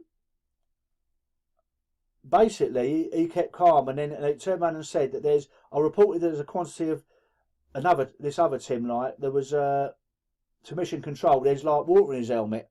So we understood the seriousness of the situation. No one needed reminded of the dangers of having water in a space helmet. So basically they told him to go back. Shortly after this, the water in his headset caused his communications to fail, and he could no longer hear instructions talking to mission control or his spacewalking crewmate Chris Cassidy. What a load of rubbish. So basically what they're saying is, in the water tank, we know what actually happened. So what actually happened was that the spacesuit... Why do you have to tell us anything? The spacesuit had developed a leak somewhere, or in the helmet, and it started filling up in the water tank, but they said it was the cooling system, which... And was it just water in there? It started filling up, didn't it? Was it just water in the cooling system? Yeah, but I mean, obviously it wasn't. It was in the water tank, wasn't it? It was like... I know, but it's just say it was a coolant. Yeah, that's right, because they have coolant, they have to have like antifreeze with it. I wonder if they have antifreeze, it'd have bloody killed him. If they'd have had a drunk antifreeze, you probably... Now, hang on a minute. You made a very, very good point there, without realising it. They said the variety of temperatures, what they had. My God, do you know you just nullified this in one fair swoop? I just thought of something. I've had a eureka moment that you've just given me. They'd have had to have antifreeze in the coolant because they said the temperature varies from minus 200 degrees below freezing, yeah, we've got it here, to over 200 plus. So, folks, what Karen is saying is, if there's such a temperature differential, they would have to have antifreeze in with a cooling system, because what would have happened was, when they were sort of like not in the sunshine, and the other side not facing the sun, basically, because we know that's rubbish anyway, but they'd have had to have, in the coolant, they'd have had to have antifreeze, because what would have happened was it would have froze up and burst the pipes within his spacesuit. Correct? So now they're leading us to believe that water in his spacesuit didn't have any antifreeze in it. Now, if we could email sort of like NASA, we want them to answer that question. Do you know something? You have done what you've just done there is absolutely fantastic, Karen. Well done, you. Well done. They have to have antifreeze in that coolant because they told us what the temperature differential was. Yeah. So basically, there you go. So there's that temperature differential, which means that they'd have to have antifreeze. Or so this guy or something. Mate, listen, what they're going to turn around and say is they've invented an antifreeze that isn't poisonous to humans. That's what they're going to say. If anyone out there wants to email NASA and get sort of like an answer for that, they're going to just turn around and say, yes, we have got to remember, we're 25 years in front of you. We have invented an antifreeze that isn't harmful to human beings. So anyway, that's a very good one, really. Following ESA astronaut Luca Parmento's water in a helmet incident, a NASA report identified the primary culprit as a blocked water separator, which resulted in water spilling into the ventilation loop. Since then, several changes have been made to procedures, equipment and training to mitigate the risk of subsequent occurrence. As part of these changes, 2 modifications were incorporated into the spacesuit. First, astronauts now affix a snorkel that leads from their helmet down to a waist area of the suit. You think I'm joking? I'm not. I think you might have that photograph. There we are. So they got a snorkel. They got a snorkel. This allows them. We don't see them wear. This allows them to breathe. I've just lost the picture. Hang on. This allows them. We don't see them doing that. This allows them to breathe from an uncontaminated part of the suit. Yeah, but we don't see them do that, do we? In the event, Gary, no, of course not. Of course not. That water enters the helmet. The second change is to place a helmet absorption pad. That's it. That's the picture, isn't it? Oh yeah, that's on the picture because it's a little bit dark. But that's the water line. That's the line of water that goes in there. That's a line of water. So and he's got this. Still see. So basically, he's got this. So basically, he's and got he can this. Still see. He's got no goggles on. He's got no goggles on, but he's got that snorkel, and it's a bit like a HAP. If you put your eyes in water and it's supposed to be, you can't see. You can't see. Yeah, a bit like a mod. That's the last of his bloody. That's the last of his worries if he ain't got that snorkel. They got a helmet absorption pad or HAB, a bit like a modified nappy at the back of a helmet. This will catch any water coming into the helmet from the ventilation loop. Astronauts can fill with this HAP at the back of their head during a spacewalk in order to try and detect water ingress. So a snorkel and nappy, I love to show sometimes the simplest solutions can be applied to the most complex of problems. So what they're saying to us is, they've got all the technology in the world, right? To send, it's cost billions and billions of dollars, and all us guys are paying like 60. I think it's up to $60 million a day now. And all they can do in the event of this happening is to give them a snorkel, like when you go snorkeling down at bleeding Ramsgate. So basically, folks, if you want to become an astronaut and you get a leak up in space, make sure you got your snorkel with you. Why do it now? This leads on to this one. What about to question number 27 now, isn't it? I've lost count, folks. Doesn't matter. Doesn't matter now. Why do astronauts train underwater for spacewalks? Which they're there all the time anyway, but that's besides the point. A lot of time and effort is spent training for spacewalks in an underwater environment because water gives us neutral buoyancy, which anyone that does scuba diving out there will know that's what it is. When you have to sort of like have neutral buoyancy to scuba dive, which I haven't done for many years, but this is how I know about all this stuff. You basically got like an inflation tank that sort of like gives you buoyancy, and you have your weights around your waist, which are made out of lead, like that make you sort of like sink, and you have to get neutral buoyancy. So, which is a bit like weightlessness. Our spacesuits are usually filled with oxygen, or just like here when we're training in a pool, we need this air to breathe and to pressurise the suit against the vacuum of space. What a load of bollocks.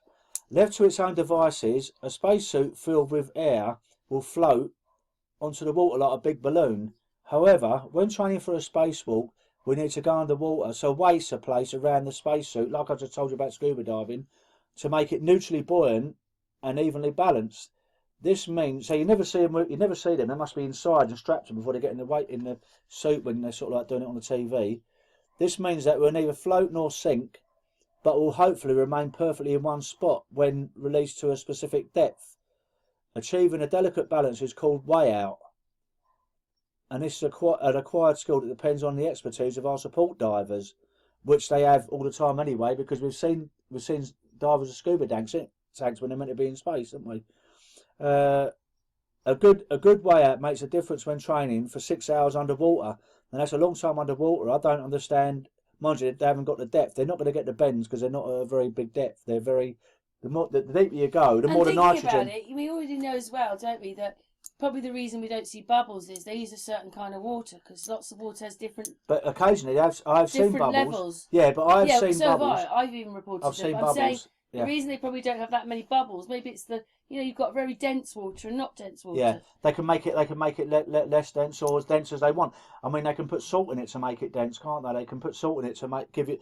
They can do the buoyancy with salt. They can sort of like they can regulate. They can do the maths and then know how much sort of like salt they need if they did put salt in it. Because you know, if you go to sort of like a place like the Dead Sea, I went to somewhere once. I can't remember where it was. Where the water there was so much salt in it, you could actually sleep on the top. I did the Lilo. I was just sort of like laying there sunbathing, like, you know, and then looking up and I see the shoreline about 100 metres away, and oh crikey, I better swim back. But you can actually sort of like lay on top of it. Anyway, back to where we was. So basically, what they're saying like pretty similar to like a scuba diver, to get neutral buoyancy. They add weights, so they tell us. They Like have said that up there is a sea now. they can do it. They can do it other ways. It's all a sea above our head. Yeah. Well, we're living in some kind of sea suit now, aren't we? So you have to be extremely careful with heavy objects in space. Something that is heavy on Earth will, of course, appear weightless in space, but it still has mass. A 100-kilogram object on Earth still has a mass of 100 kilograms in space. Its weight hasn't changed. Its weight has changed, but not its mass.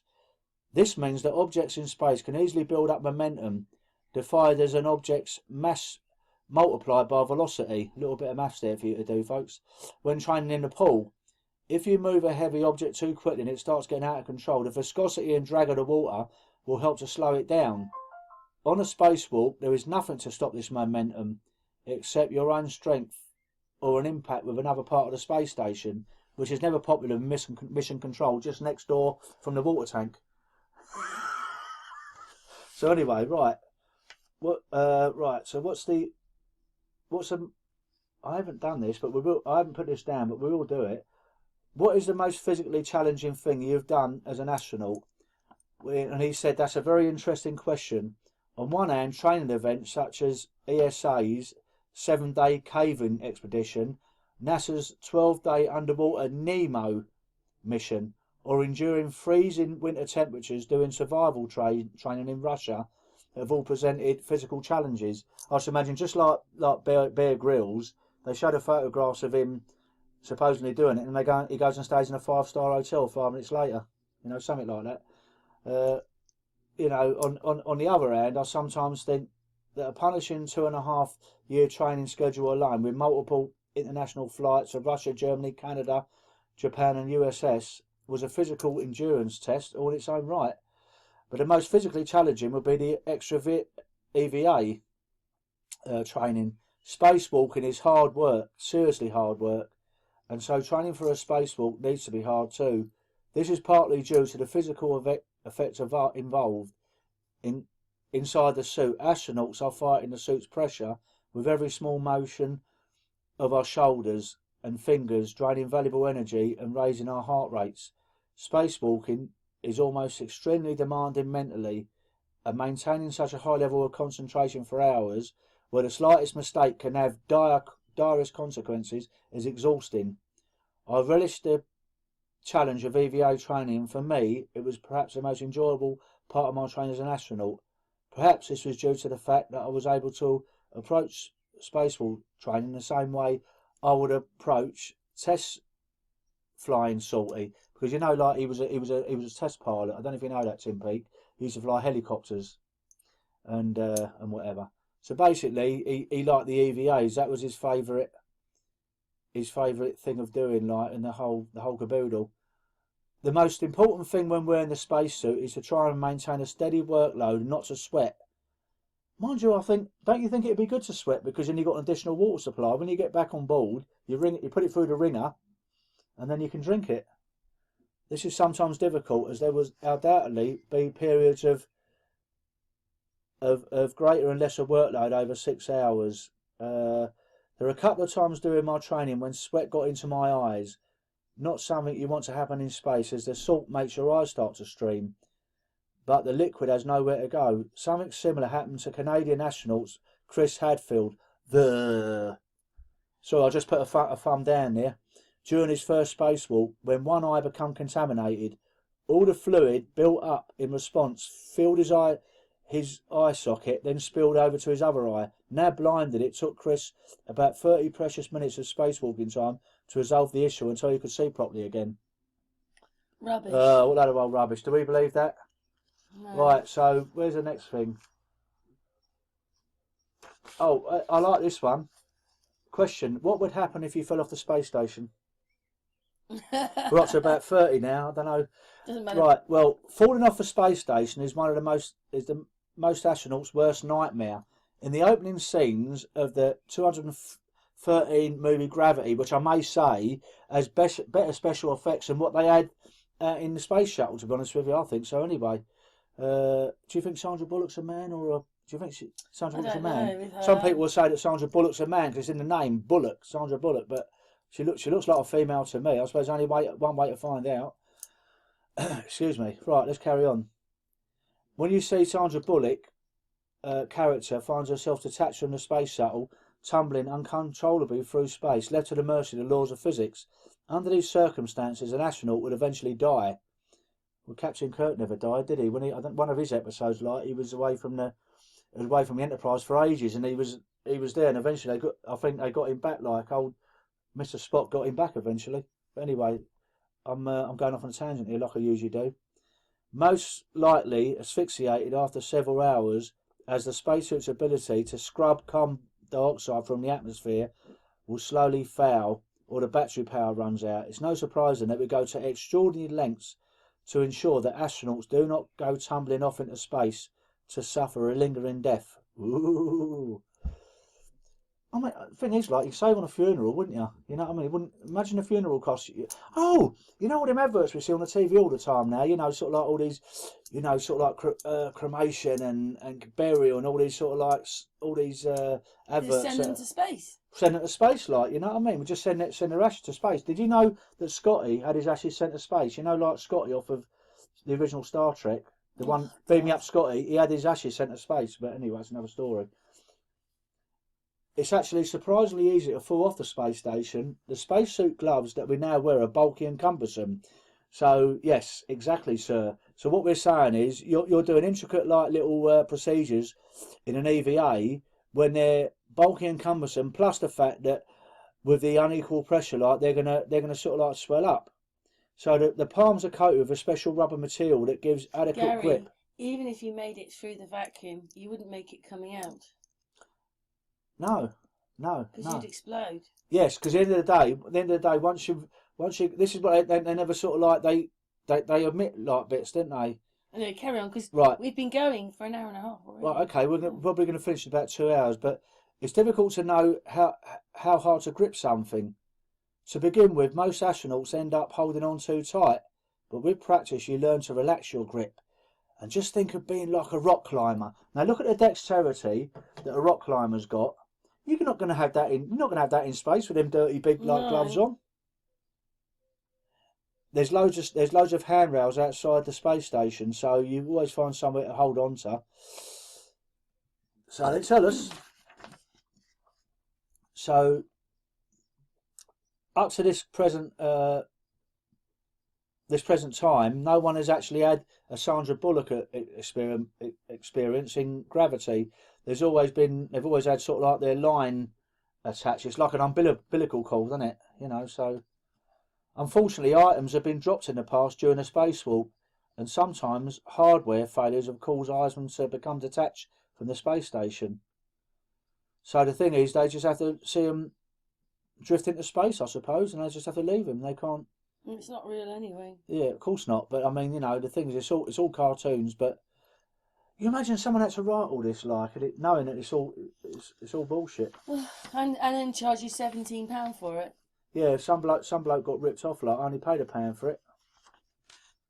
Oh, these are the ones with the gloves. So, this is back to what we're saying now. Now, we're up to about number 22 or 23 now. No, 28, 29. Oh, really? That blimey, I forgot. Remember, I'm trying to do too many things at once. So, there you go, on that one. Right. A piece of bare metal exposed to direct sunlight outside the space station can get as hot as 260 degrees Celsius. However, an object in the shade can be colder than minus 100 degrees Celsius. Now, this is going back to what we're saying about their cooling system. It has to have some form, and I haven't read it yet, but have some form of sort of like antifreeze, because that's obviously gonna freeze up in there, isn't it? So the gloves have to deal with these thermal extremes. Another challenge is that astronauts can easily float between working in the shadow to working in the light from the sun, causing the suit to experience rapid changes in thermal exposure. Now, 260 degrees Celsius, they're trying to tell us that a cooling system can cool that down. You would fry. You would absolutely fry. 260 Celsius, what's your maths like? What's that in Fahrenheit? You don't know. You can't do it on your phone, can you? Hang on. while I'm reading this, Karen's going to try and work out, because I know in America you deal with like people like Amy and all our friends across the pond. What was it? Fahrenheit. Yeah. So no, 260 Celsius into Fahrenheit. Celsius into Fahrenheit. There we go, I think. Sorry, folks. Right. Yeah. So how much Celsius was it? 260 Celsius. Plus, not minus. It's 500 Fahrenheit. So you think about when you've been on the beach or something, right? And then it goes up. So I've been to Egypt, like, and the temperature there got to about 44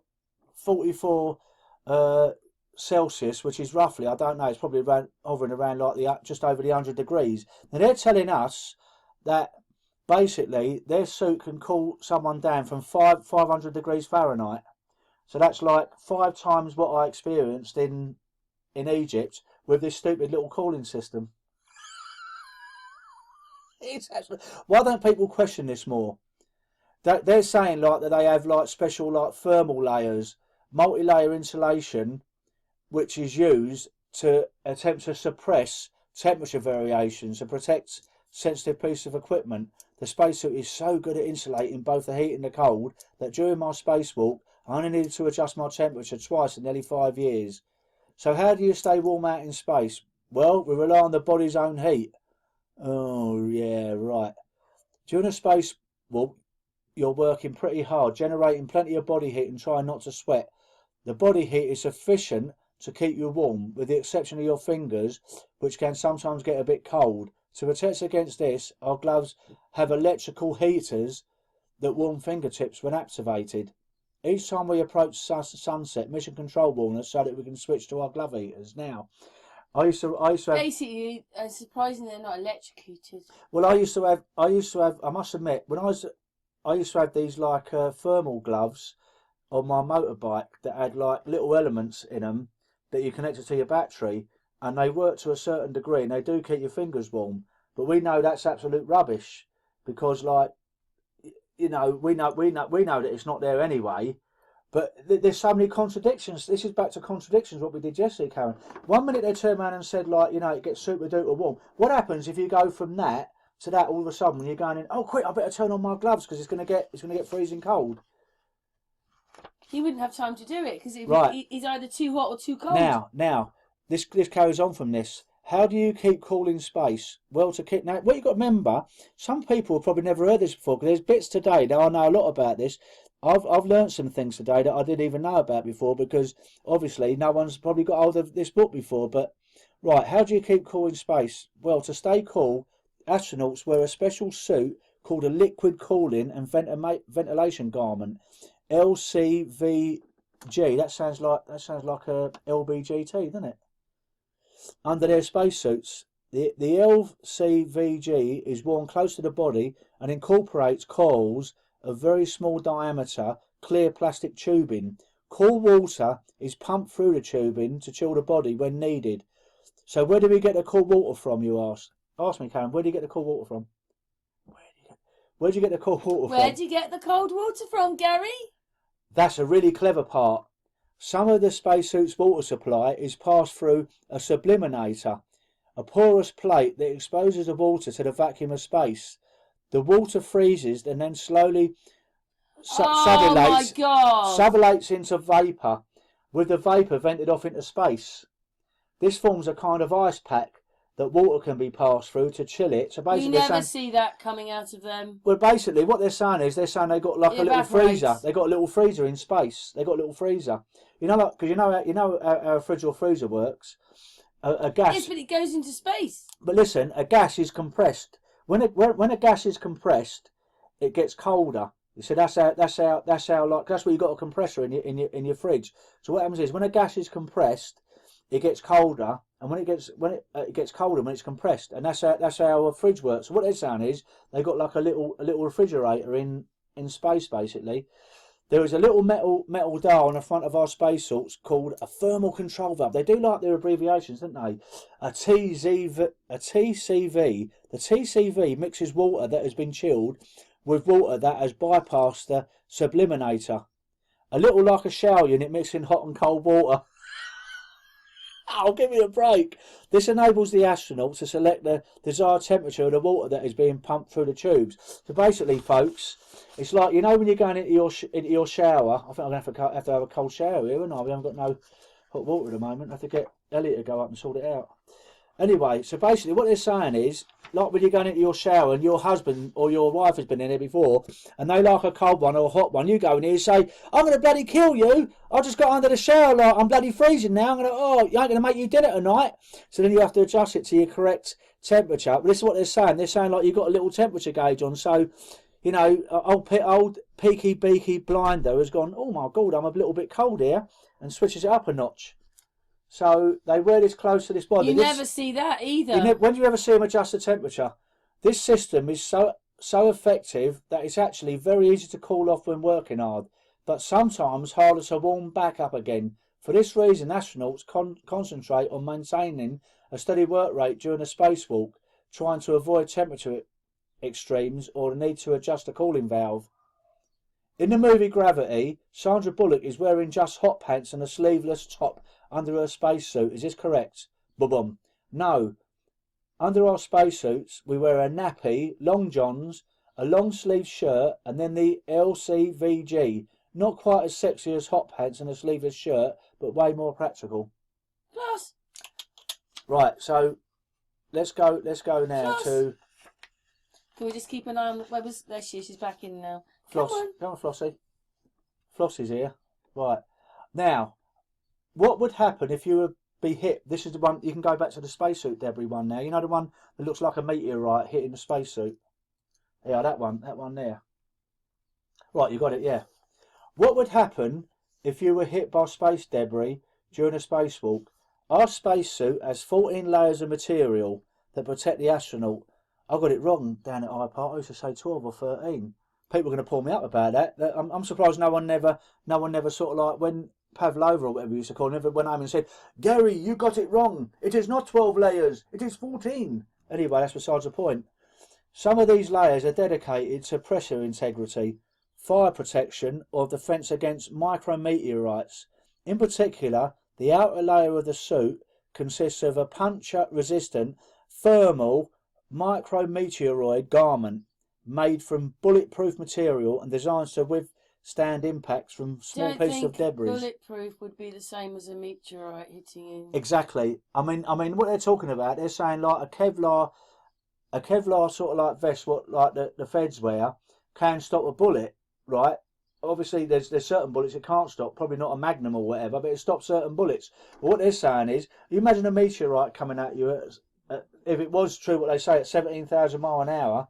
In addition, the chest and back are protected by the hard upper torso, HUT, and by the portable life support system, PLSS, both of which are built from hard materials and include a number of metal components. It's hard to be specific about whether a piece of space debris would puncture the suit or not, because it depends on the type of debris, the closure speed, and the point of impact. Furthermore, although there's a lot of debris in low Earth orbit, both natural and man-made satellites, which we know are not up there anyway, space is a big place and astronauts are pretty tiny in comparison of the vastness of space. When we assess the risk of an astronaut being hit by a piece of debris during a spacewalk, it falls into the category of potential catastrophic but extremely unlikely. However, let's assume that an unlucky astronaut, no astronaut, in all them spacewalks, like no astronaut has ever been hit, has they? From anything. They should have incorporated that to prove this, because why don't people stick their hand up and say, how comes that no one's ever been hit by a little micrometeorite? However, let's assume that our unlucky astronaut does get hit by a micrometeoroid. First, this is akin to being shot. If they've been up there for all those years and it's never happened, it just shows you there aren't really any. That is absolutely ridiculous. There's no one up there. Well, we know that anyway, is it? Now, this is what you said a minute ago about sort of like about how strong they're going to be if they did get hit. However, let's assume that our unlucky astronaut does get hit by a micrometeoroid. First of all, this is akin to being shot by an exceptionally high velocity projectile. Since we are already travelling at Mach 25, it is highly likely that the combined... Let me carry on. Karen's just having a little chuckle here because he knows it's all rubbish. It is highly unlikely that the combined velocity of a collision between astronaut and space debris will be many times the speed of sound. On impact, the suit will try to do its job, which is to dissipate the energy of the collision through multiple layers of material and prevent the debris of rupturing the pressurised bladder. Now, if anyone has seen things like Mythbusters and programs like that where they wear bulletproof vests and they slow it down, you see what actually happens when the bullet hits the material. It still tries to go through, but the actual pressure is dissipated through the whole like Kevlar. So basically, that's what stops it going through. So very often, it still makes a little hole, but they still might get a bruising. But that's what stops it going through. It basically what they're saying here is the same thing. So basically, it's going to be dissipated probably throughout the whole suit with this stuff they got underneath here. Whether it's, they haven't mentioned Kevlar yet. If the debris does make it through the pressurised bladder, then the suit will begin to leak oxygen through the hole into space. Clearly, this is not a good situation. It may be catastrophic. If the hole is 6 millimetres or less in diameter, then oxygen from the two primary tanks will continue to maintain pressure inside the suit. The astronaut will receive an O2 use high pressure message, but will alert everyone to the fact, Houston, we have a problem. Houston, we have a problem, just like Apollo 13, Tom Hanks. As the primary tanks run low... You need to come in the next room and sort my suit out. 2 secondary oxygen tanks will take over. Now you never see them carrying all this stuff. All this stuff we're talking about, they'd be the size of a bloody house. All this cooling stuff and all that. But there are if there's no further complication, it should be sufficient to make it back to the airlock. If the hole is greater than 6 millimetres, then the situation is a little bleaker. The maximum flow rate that a suit can provide is about 3.2 kilograms per hour, not sufficient to maintain pressure in a suit with a big hole, regardless of how much oxygen remains in the tank. In the event of a large leak, the pressure inside the suit is going to drop rapidly. At 3 psi, that's equivalent to nearly 12,200 metres altitude. The astronaut will receive a seat P emergency. The P is for pressure, and soon after, they will begin to lose mental function. All of this assumes, of course, that the astronaut wasn't just killed outright by the high velocity projectile penetrating the suit. Sorry, it's not the most cheerful answer. Fact or fiction? In the movie The Martian, Matt Damon uses duct tape to cover a hole in his leaking helmet. Would this work? Now you'd think they'd turn around and say, you must be joking, fella. Quite possibly. The size of a hole of a leaking spacesuit can make the difference between life and death. Any attempt to cover the hole, reduce its size, a piece of sticky tape, or patch it up is going to be an effort well spent. Of course, the tape would have to withstand the pressure inside the suit, but reducing the flow rate might buy enough time to get to safety. Now, what they're saying is basically, folks, I don't know if you've ever seen the episode of Mythbusters where they made like a boat out of duct tape and nothing else. They made the whole boat out of duct tape, and it didn't leak, and they managed to sort of like sail across a little like lake or something. But I don't think it's going to work in space. Like, you know, can you imagine like Chris Averill turn around and say, here Tim, Peaky Blinder, wait a minute, I'll just see a little hole in your suit. Wait a minute, mate. So they're going to carry what saying then? If they're saying it's all like that, they've never told us the truth then about what space is and the whole thing. Exactly, my dear. Anyway, it's not true anyway. We know it's not true anyway. We both know that. But basically, you know, so you're going to carry around a bit of duct tape with you. You know, like you get them builders. That's it. He doesn't need the torch. He needs the duct tape. You know, you get them builders on a building site, and they wear that belt round and with loads of holes in for different sort of like different tools. They sort of like put a bit of duct tape in one of them. That's what I'm saying. You don't need the tools. You just need a bit of duct tape. Hold on a minute, Tim. I'm just going to come and patch you up, mate. How the hell would they be able to put a piece of duct tape with those gloves on? Yeah, so this is ridiculous. Gary? They wouldn't be able to put the duct tape on Exactly. anyway. How can you put the duct tape on? Now, we have got... Oh, I didn't take a photograph of this. Is it too late for me to take a photograph of this? No, I can put it in. I'll leave it on here and I'll put it in if you want. Right, we've got a photograph here of of the curved earth of Calais and Dover, and you see the white cliffs of Dover and Calais with the bulge in the middle meant to be like the curvature of the earth, and it's saying like the well, obviously they're all globers, aren't they? So, oh, this is the one I like. Can you see Earth's atmosphere from the space station, and what's it like? Yes, we can see the Earth's atmosphere from space. However, what struck me when I first saw the atmosphere was not the same feeling of serenity, awe and wonder that I experienced when looking down on a planet for the first time. Instead, I remembered thinking, is that it? You got to be kidding me. Life on Earth owes existence to that thin strip of gas, and it's tiny. Earth's atmosphere is really thin. If you imagine the planet as the size of a football, then the atmosphere is as thick as a sheet of paper. Oh my God. Most of the air is contained in a band only 16 kilometres high. There you go, that's what I was telling you. We can only go, but it's like we can't live up. Anyway, carry on. That's not even halfway across the English Channel from Dover to Calais, which they've given us this illustration. You already know because it's frozen when you get to Everest. Yeah.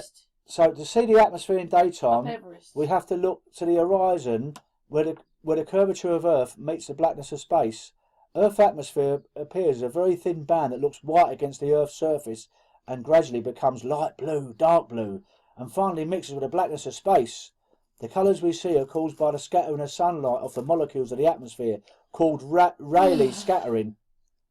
If we look straight down or obliquely onto the planet, then we don't see the atmosphere, we just see the natural colours of the Earth's surface, but we also see clouds, weather systems, volcano ash and sandstorms, which constantly reminds us that there is an active atmosphere down there. Boom, boom. I was surprised one day looking over the Mediterranean to see an enormous sandstorm stretching from the Sahara Desert into southern France, as if you could see that from up there. Do you know what would happen? It'd be woof. It would be so quick. How would they see it? So anyway. And it depends which way. Like, surely, what does that mean that the space station never twists or turns? It just goes in a straight line. How can it? It just goes in a straight line. Well, it's all rubbish anyway, isn't it? We know it, don't we? Can you see aircraft or ships from space? Now, this is one that's a very important thing, because that's one of our sort of like things we used to say about this. I'm not allowed to say that word, am I? Basically, we with the globe, we say, how comes you can't see sort of like planes flying upside down if you're in space? They should be flying upside down, because if you're in the space station looking back to Earth, they should be flying at all different angles, shouldn't they? So should we see? So if we could zoom in, if we turn the Hubble, they should see some bending. If we turn the Hubble around, you should be able to see sort of like someone flying upside down in sort of like Australia or whatever. But so can you see aircraft or ships from space? We're not allowed to say that FE word. We're not allowed to say that. It's not easy to see small objects with a naked eye from space. An exceptionally good human eye has a visual capability of around 1 arc minute or 1/60th of a degree. By doing some calculations, you can determine that at a distance of 400 kilometres, the smallest resolvable size for the human eye, this is like the smallest pixel size of a screen, is 116 metres. That means for the shape of an object on Earth to be discernible from the ISS, it would have to be bigger than 116 metres. You can't even see that. You can't even see something that bloody big. But the real answer is more complex. Just because you can't determine something's shape doesn't mean you can't see it. The brightness of an object will also determine whether or not it can be seen. For example, you can look out any clear night and see small satellites. But we never see, when on the space station, you never see satellites, do you? No, not one. Photograph them, you never see one satellite. Not one. This is because that we see satellites because they are shiny and reflecting sunlight. Never once do they say, "Hey, look, I'm looking out the window." I've seen a satellite. They've got this thing they can look through, that glass thing. Yeah. They never once say, "Hey, look, I can see one." Oh, this is the one I like. In order to see a large container ship or even a chance of spotting an aircraft from space, you need to know exactly where to look. One way to do this, so basically what they're saying is, they're saying that they can see an oil tanker from space. That's absolutely ludicrous. He's saying that you can see if the now listen. Let me tell you is that something. with their cameras? My stepfather. Listen, at 17,000 miles an hour, you can zoom in on something. You can zoom in. You can zoom in on an oil tanker. Now my stepfather was a merchant seaman, just like Martin was, and basically he said there was so long, like to walk down from one end to the other takes forever. They're about a quarter of a mile long. But anyway, let's get back onto what we're saying. You have to pick out a ship's wake or aircraft contrails and then follow these telltale signs back to their origin. Then if your eyes are better than mine, no, they're not saying with a camera, they're saying with your eyes. If your eyes are better than mine and feeling particular fresh and sharp, you might be able to make out a tiny speck of a ship or aircraft. Now, let's go back to something. People are saying saying like, oh, I can see the ISS going across, so it's got to be real. We're seeing something, whether it's blue beam or a hologram, we don't know, or whether it's like one of their high altitude planes that's going across. It's probably an high altitude plane. But the thing is, what he's saying is here. I bet he rues a day he ever says this now. He's saying we might be able to see an oil tanker from space when you're looking down. Without binoculars or without a camera or anything, he's saying, or a P1000 camera like what Cat's got, you can actually see an oil tanker. You know what he's really telling you? He's only in an aeroplane. What he's actually telling you, that if you believe me, man, then you're madder than what I am. That's what he's actually saying. Yeah. At night, Peake. It's Peake Beaky Blinder. Because, like I said, the beaky is like his beak's growing all the time, like Pinocchio. Right, let's see. Now, at night, ships will sometimes stand out as a tiny single source of light in an otherwise black ocean. Or in the case of fishing boats, how can you see a fishing boat? In the Gulf of Thailand, they can light up vast stretches of water with their green spotlights directed into the sea. From space, this looks as though some alien life form is emerging from the depths as the fishermen try to lure... What? How would he see all that with his eyes? He's not going to see that with his eyes. It's impossible.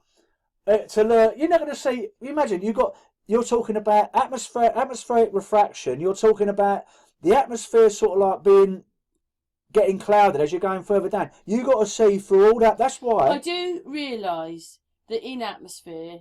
Well, in pictures, everything's you can only blurry. see so far. You can only see so far. Listen. You can only see so far because it just turns into a blur. Because what you got to remember, with a perfect atmosphere, it's still gonna go cloudy as you go further and further. That's like if you've got a P1000 like Cat, you can only see so far, and eventually, if you even got a boat in view, it's going to go out of view for a simple reason. It's not only like for your perspective of it. It's gone out of your viewer perspective, like the railway lines. It's the fact of the atmosphere. Where do you think they're talking from? They're talking they're talking out their bum. Yeah. So basically, what they're saying is they can see if there's a nice clear night and whatever. They can see a fishing boat, and the guy on the high altitude balloon cameras pick up quite good. Well, the guy on the boat has gone. Well, I don't think they'd be able to see like a little. They're not going to see anything. It's all rubbish.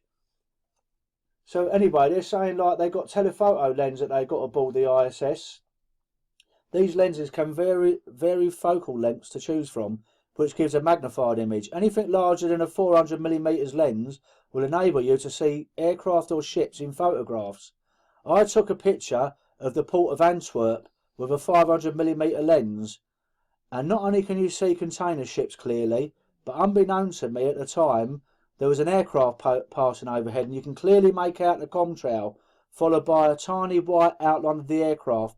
We also have stabilised binoculars on the space station, which are very useful for viewing approaching spacecraft. But there's no telescopes on board. They haven't got a telescope. What do you mean? Oh, right. Okay, when they're docking. Right. So let's go to the next page. Right. What are we doing? We've got a bit more to do, haven't we? So. A little bit. Right.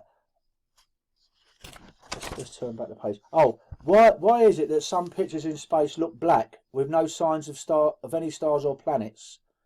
The reason you can't see stars in daytime photographs from space is that when lit by the sun, any foreground objects such as Earth, the space station, or my spacesuit are many thousands of times brighter than the stars in the background. Earth is so bright that it swamps out most, if not at all, not all, of the lights from the stars and other planets. The stars don't show up because the camera cannot gather enough of their light in the short exposure times that we use in daytime photographs. So what they're saying is if they have a longer exposure time, they can pick out the stars. But if you remember, with the Apollo missions, the one reason that they didn't put the stars in, because they knew even an amateur astronomer would see a slight difference. So say for argument's sake they done a panoramic landscape of the complete sort of like solar sky with all the stars. They'd have to sort of like make that not inch perfect, micromillimeter perfect, because an astronomer's going to turn around and say, hang on a minute, that ain't right, because that star's in the wrong place. So rather than do that, they omitted it out altogether.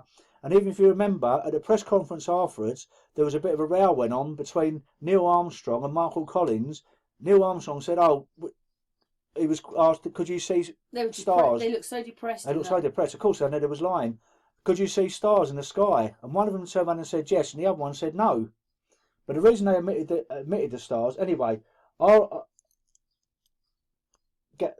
show up because the camera cannot gather enough of their light in the short exposure times. We've been through that. Our eyes work in a similar manner. The iris adjusts the central opening of the eye, the pupil, the diameter of which determines how much light strikes the retina. In bright daylight, our pupils contract in an effort to limit the amount of light entering the eye. In space, there is no chance during daylight of our eye being able to distinguish the paltry light from distant stars, but we see them from here. So you're saying to me they haven't got any atmosphere at all? They're in a vacuum, and they say they can't see stars in space? You got to be kidding me, man! Against the bright glare of the sun. So what they're saying is, this is no different than from being on Earth, where we should not expect to see stars in the daytime. I've seen stars in the daytime, haven't you? In the morning. Yeah, I've seen stars in the daytime. It's just that in space the sky is black during the day, and this looks unusual both in photographs and our eyes, because we are used to seeing stars in a black sky. No, mate. The reason you admit this is the true part about it. The reason you admit that sort of like all the stars, because even an amateur photographer, astronomer, can work out that it's been done in a sort of like in a studio, because they're going to have to get it micromillimeter perfect. That's why they omit them all. At night, our pupils dilate, allowing more light to enter the eye, in addition to striking more of the light-sensitive rods on the retina. This enables us to see objects that are less bright than the sun, such as stars. You can test this concept yourself by observing how many stars you can see on a bright night when there's a full moon, compared to a much darker night with no moon. To take pictures of stars and planets from space, we need to wait until we unearth shadow, and then we use longer exposure times, around 1 to 2 seconds, in order for the camera's sensor to capture sufficient starlight. This is all gobbledygook. Because of the longer exposure times, we need to hold the camera steady enough. You think they'd give them a tripod, wouldn't you, poor sods? They spent all that money on the space station, haven't even got a tripod. I've got one for Cat. That you need one for a P900. Well, the thing is, I've got one. I've got one for my I've got one for my camera, but I don't use it because I wanted to film the Big Dipper and I wanted to do things. It doesn't have a camera on it. Well, I actually couldn't use the P900. But you need, when you've got a P900, if you wanted to stand still and say, you've got to have a tripod. Well, listen. I'm sure Cat will end up hearing this. I've got that tripod at home for you, love. If you don't mind me giving it to sort of like Tim Peake, I think his need is greater than yours. Considering I can't get it over to you probably. So is there any chance I can give it to Tim Peake? It looks like he needs it. They have got a stabilising bogan arm, a cameraman with, where do they get these words from? A cameraman with a friction knob that allows me to secure the camera at a desired angle and hold it much steadier than a human hand could manage. Seems strange that they can't let him have a tripod though, isn't it? Did being in space and seeing Earth from space change your perspective on planet and life? Do you still feel the same? That's a great question, and one I get asked quite a lot. In some ways, coming back down to Earth from space was for me a bit like visiting my old primary school. As a child, your world is completely insular, usually revolving around home, school, family and friends. Your experience at school are a huge part of those early formative years. Going into space certainly broadens your horizons, quite literally. You get a more holistic appreciation of Earth and begin to feel strangely familiar with the planet. It may sound odd, he's definitely not one of us, is he? But it may sound strangely odd, but there are so many places now I feel I know very well. Despite having never set foot in those countries, oh please, because obviously he's taking photographs of them. Part of the morning routine on the ISS was to check the daily orbits to see which part of the planet we might like to photograph that day. The Himalayas, the Bahamas, Africa, Alaska, Indonesia. As I feel they're up with the Google plane. Yeah, as I reel off those names now, I can recall the features of each location and many, many more with astonishing clarity. I can visualise the valleys, the glaciers, volcanoes and islands, mountains and rivers, all firmly etched in my memory. When I first arrived on the space station, our commander, Scott Kelly, had already been there for 9 months. Oh, please. It was his second longest duration mission and his 4th space flight. I thought I was doing well when I could look out the window and identify most of the major countries in the world. Scott floated past the window one day and casually noted, "Oh, there's a nice beach on the coast of Somalia."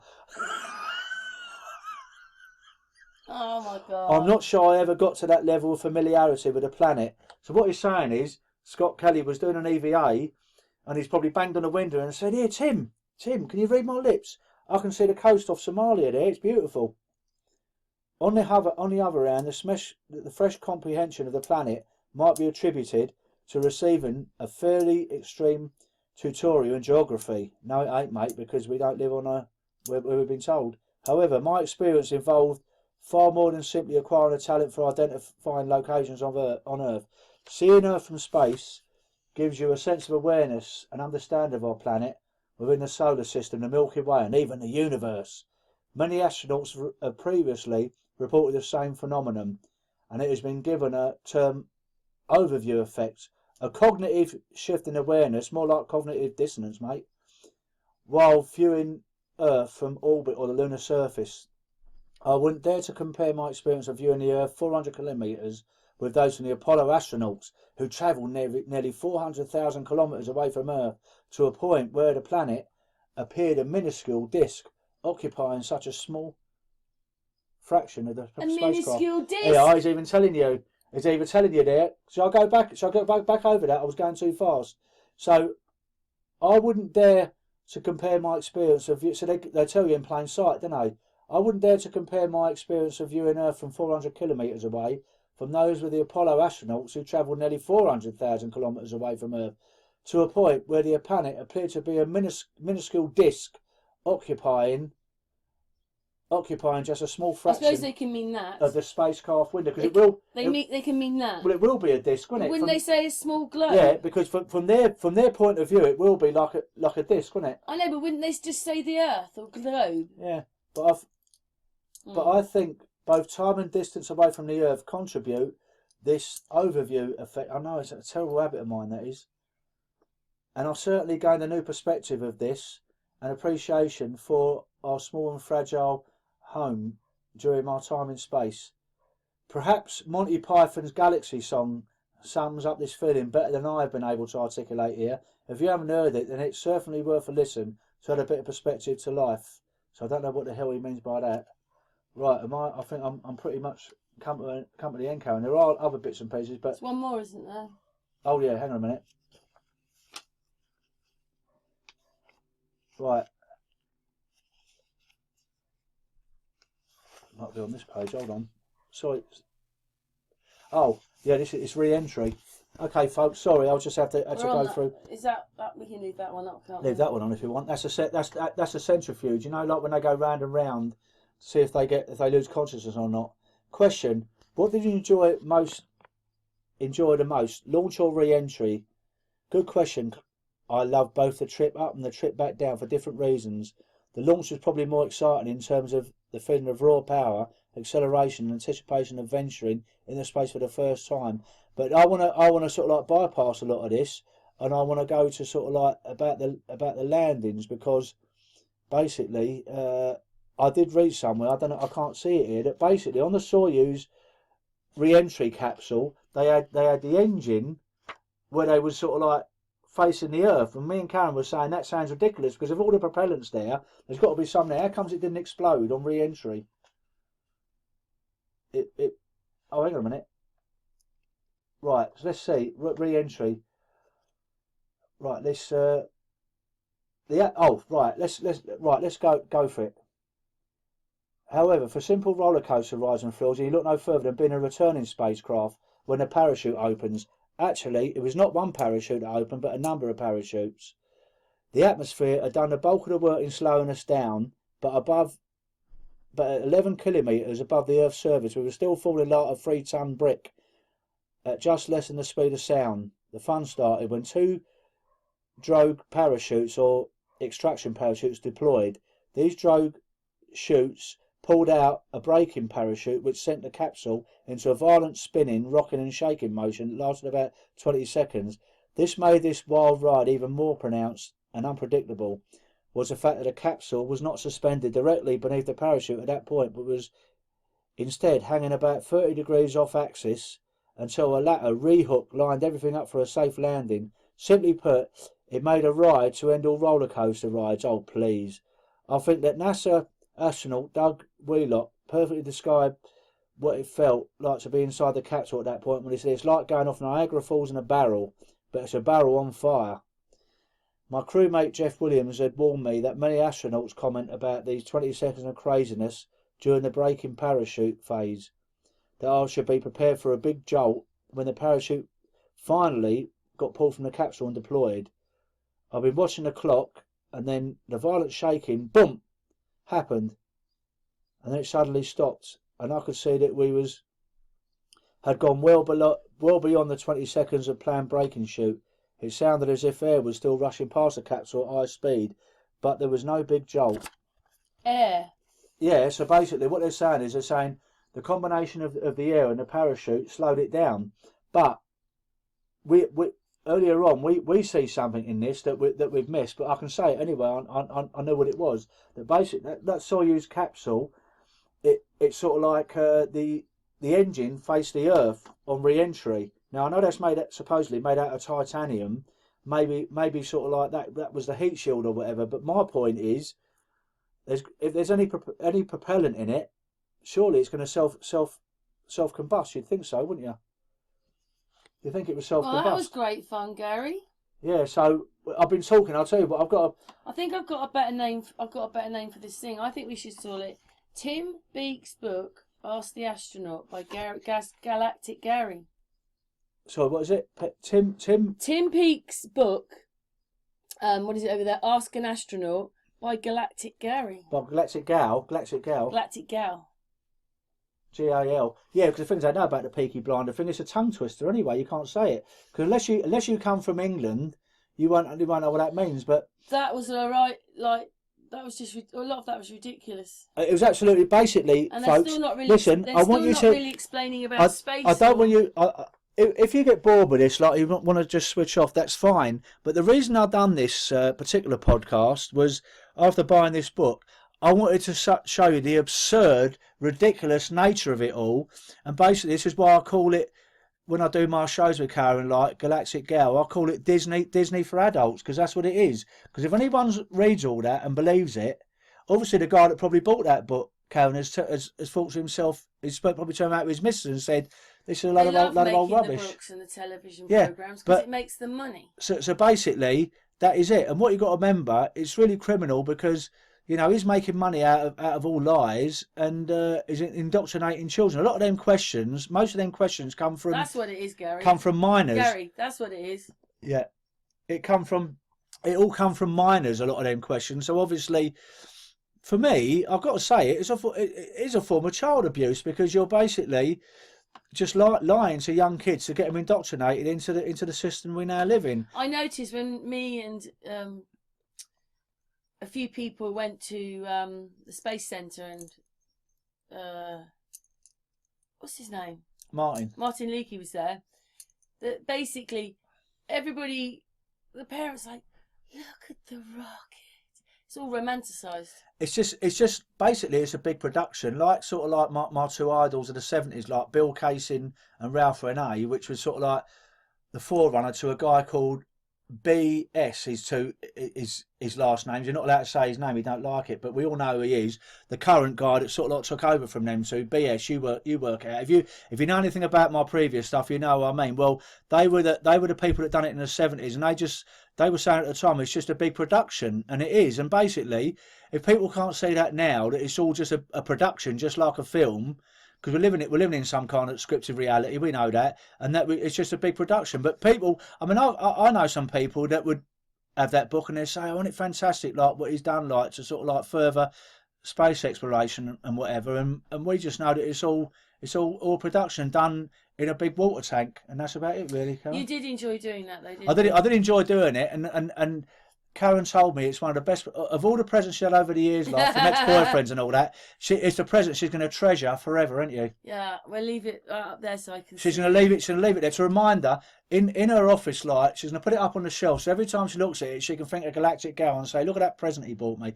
And I told Cosmic Cat, I said I bought Karen a really lovely present. Like I'm sure she's going to sort of like treasure it for years and years to come. You bought it to do this hangout, didn't you, Gary? And she's given me a little kiss for it. There's no social distancing thanks there, for is that, there? Gary. I hope everybody finds your sense of humour. Yeah, well, the thing is, I've got a very strange sense of humour. Maybe people stateside might not understand, and my Cockney accent too. But I hope you get the general gist of it. Thank you, Gary. Thank you, and I love you all in the Truth community. Keep up all the good work. Speak very soon. Well done, Gary. Thank you very much. And mwah to Gary and mwah to the chat room. Right. We don't have to speak after we finish, lot, because we can speak anyway, because we're both here together, aren't we? We'll take little Flossie out for a walk, I think. Yeah. Okay. Cheers, folks. Bye for now.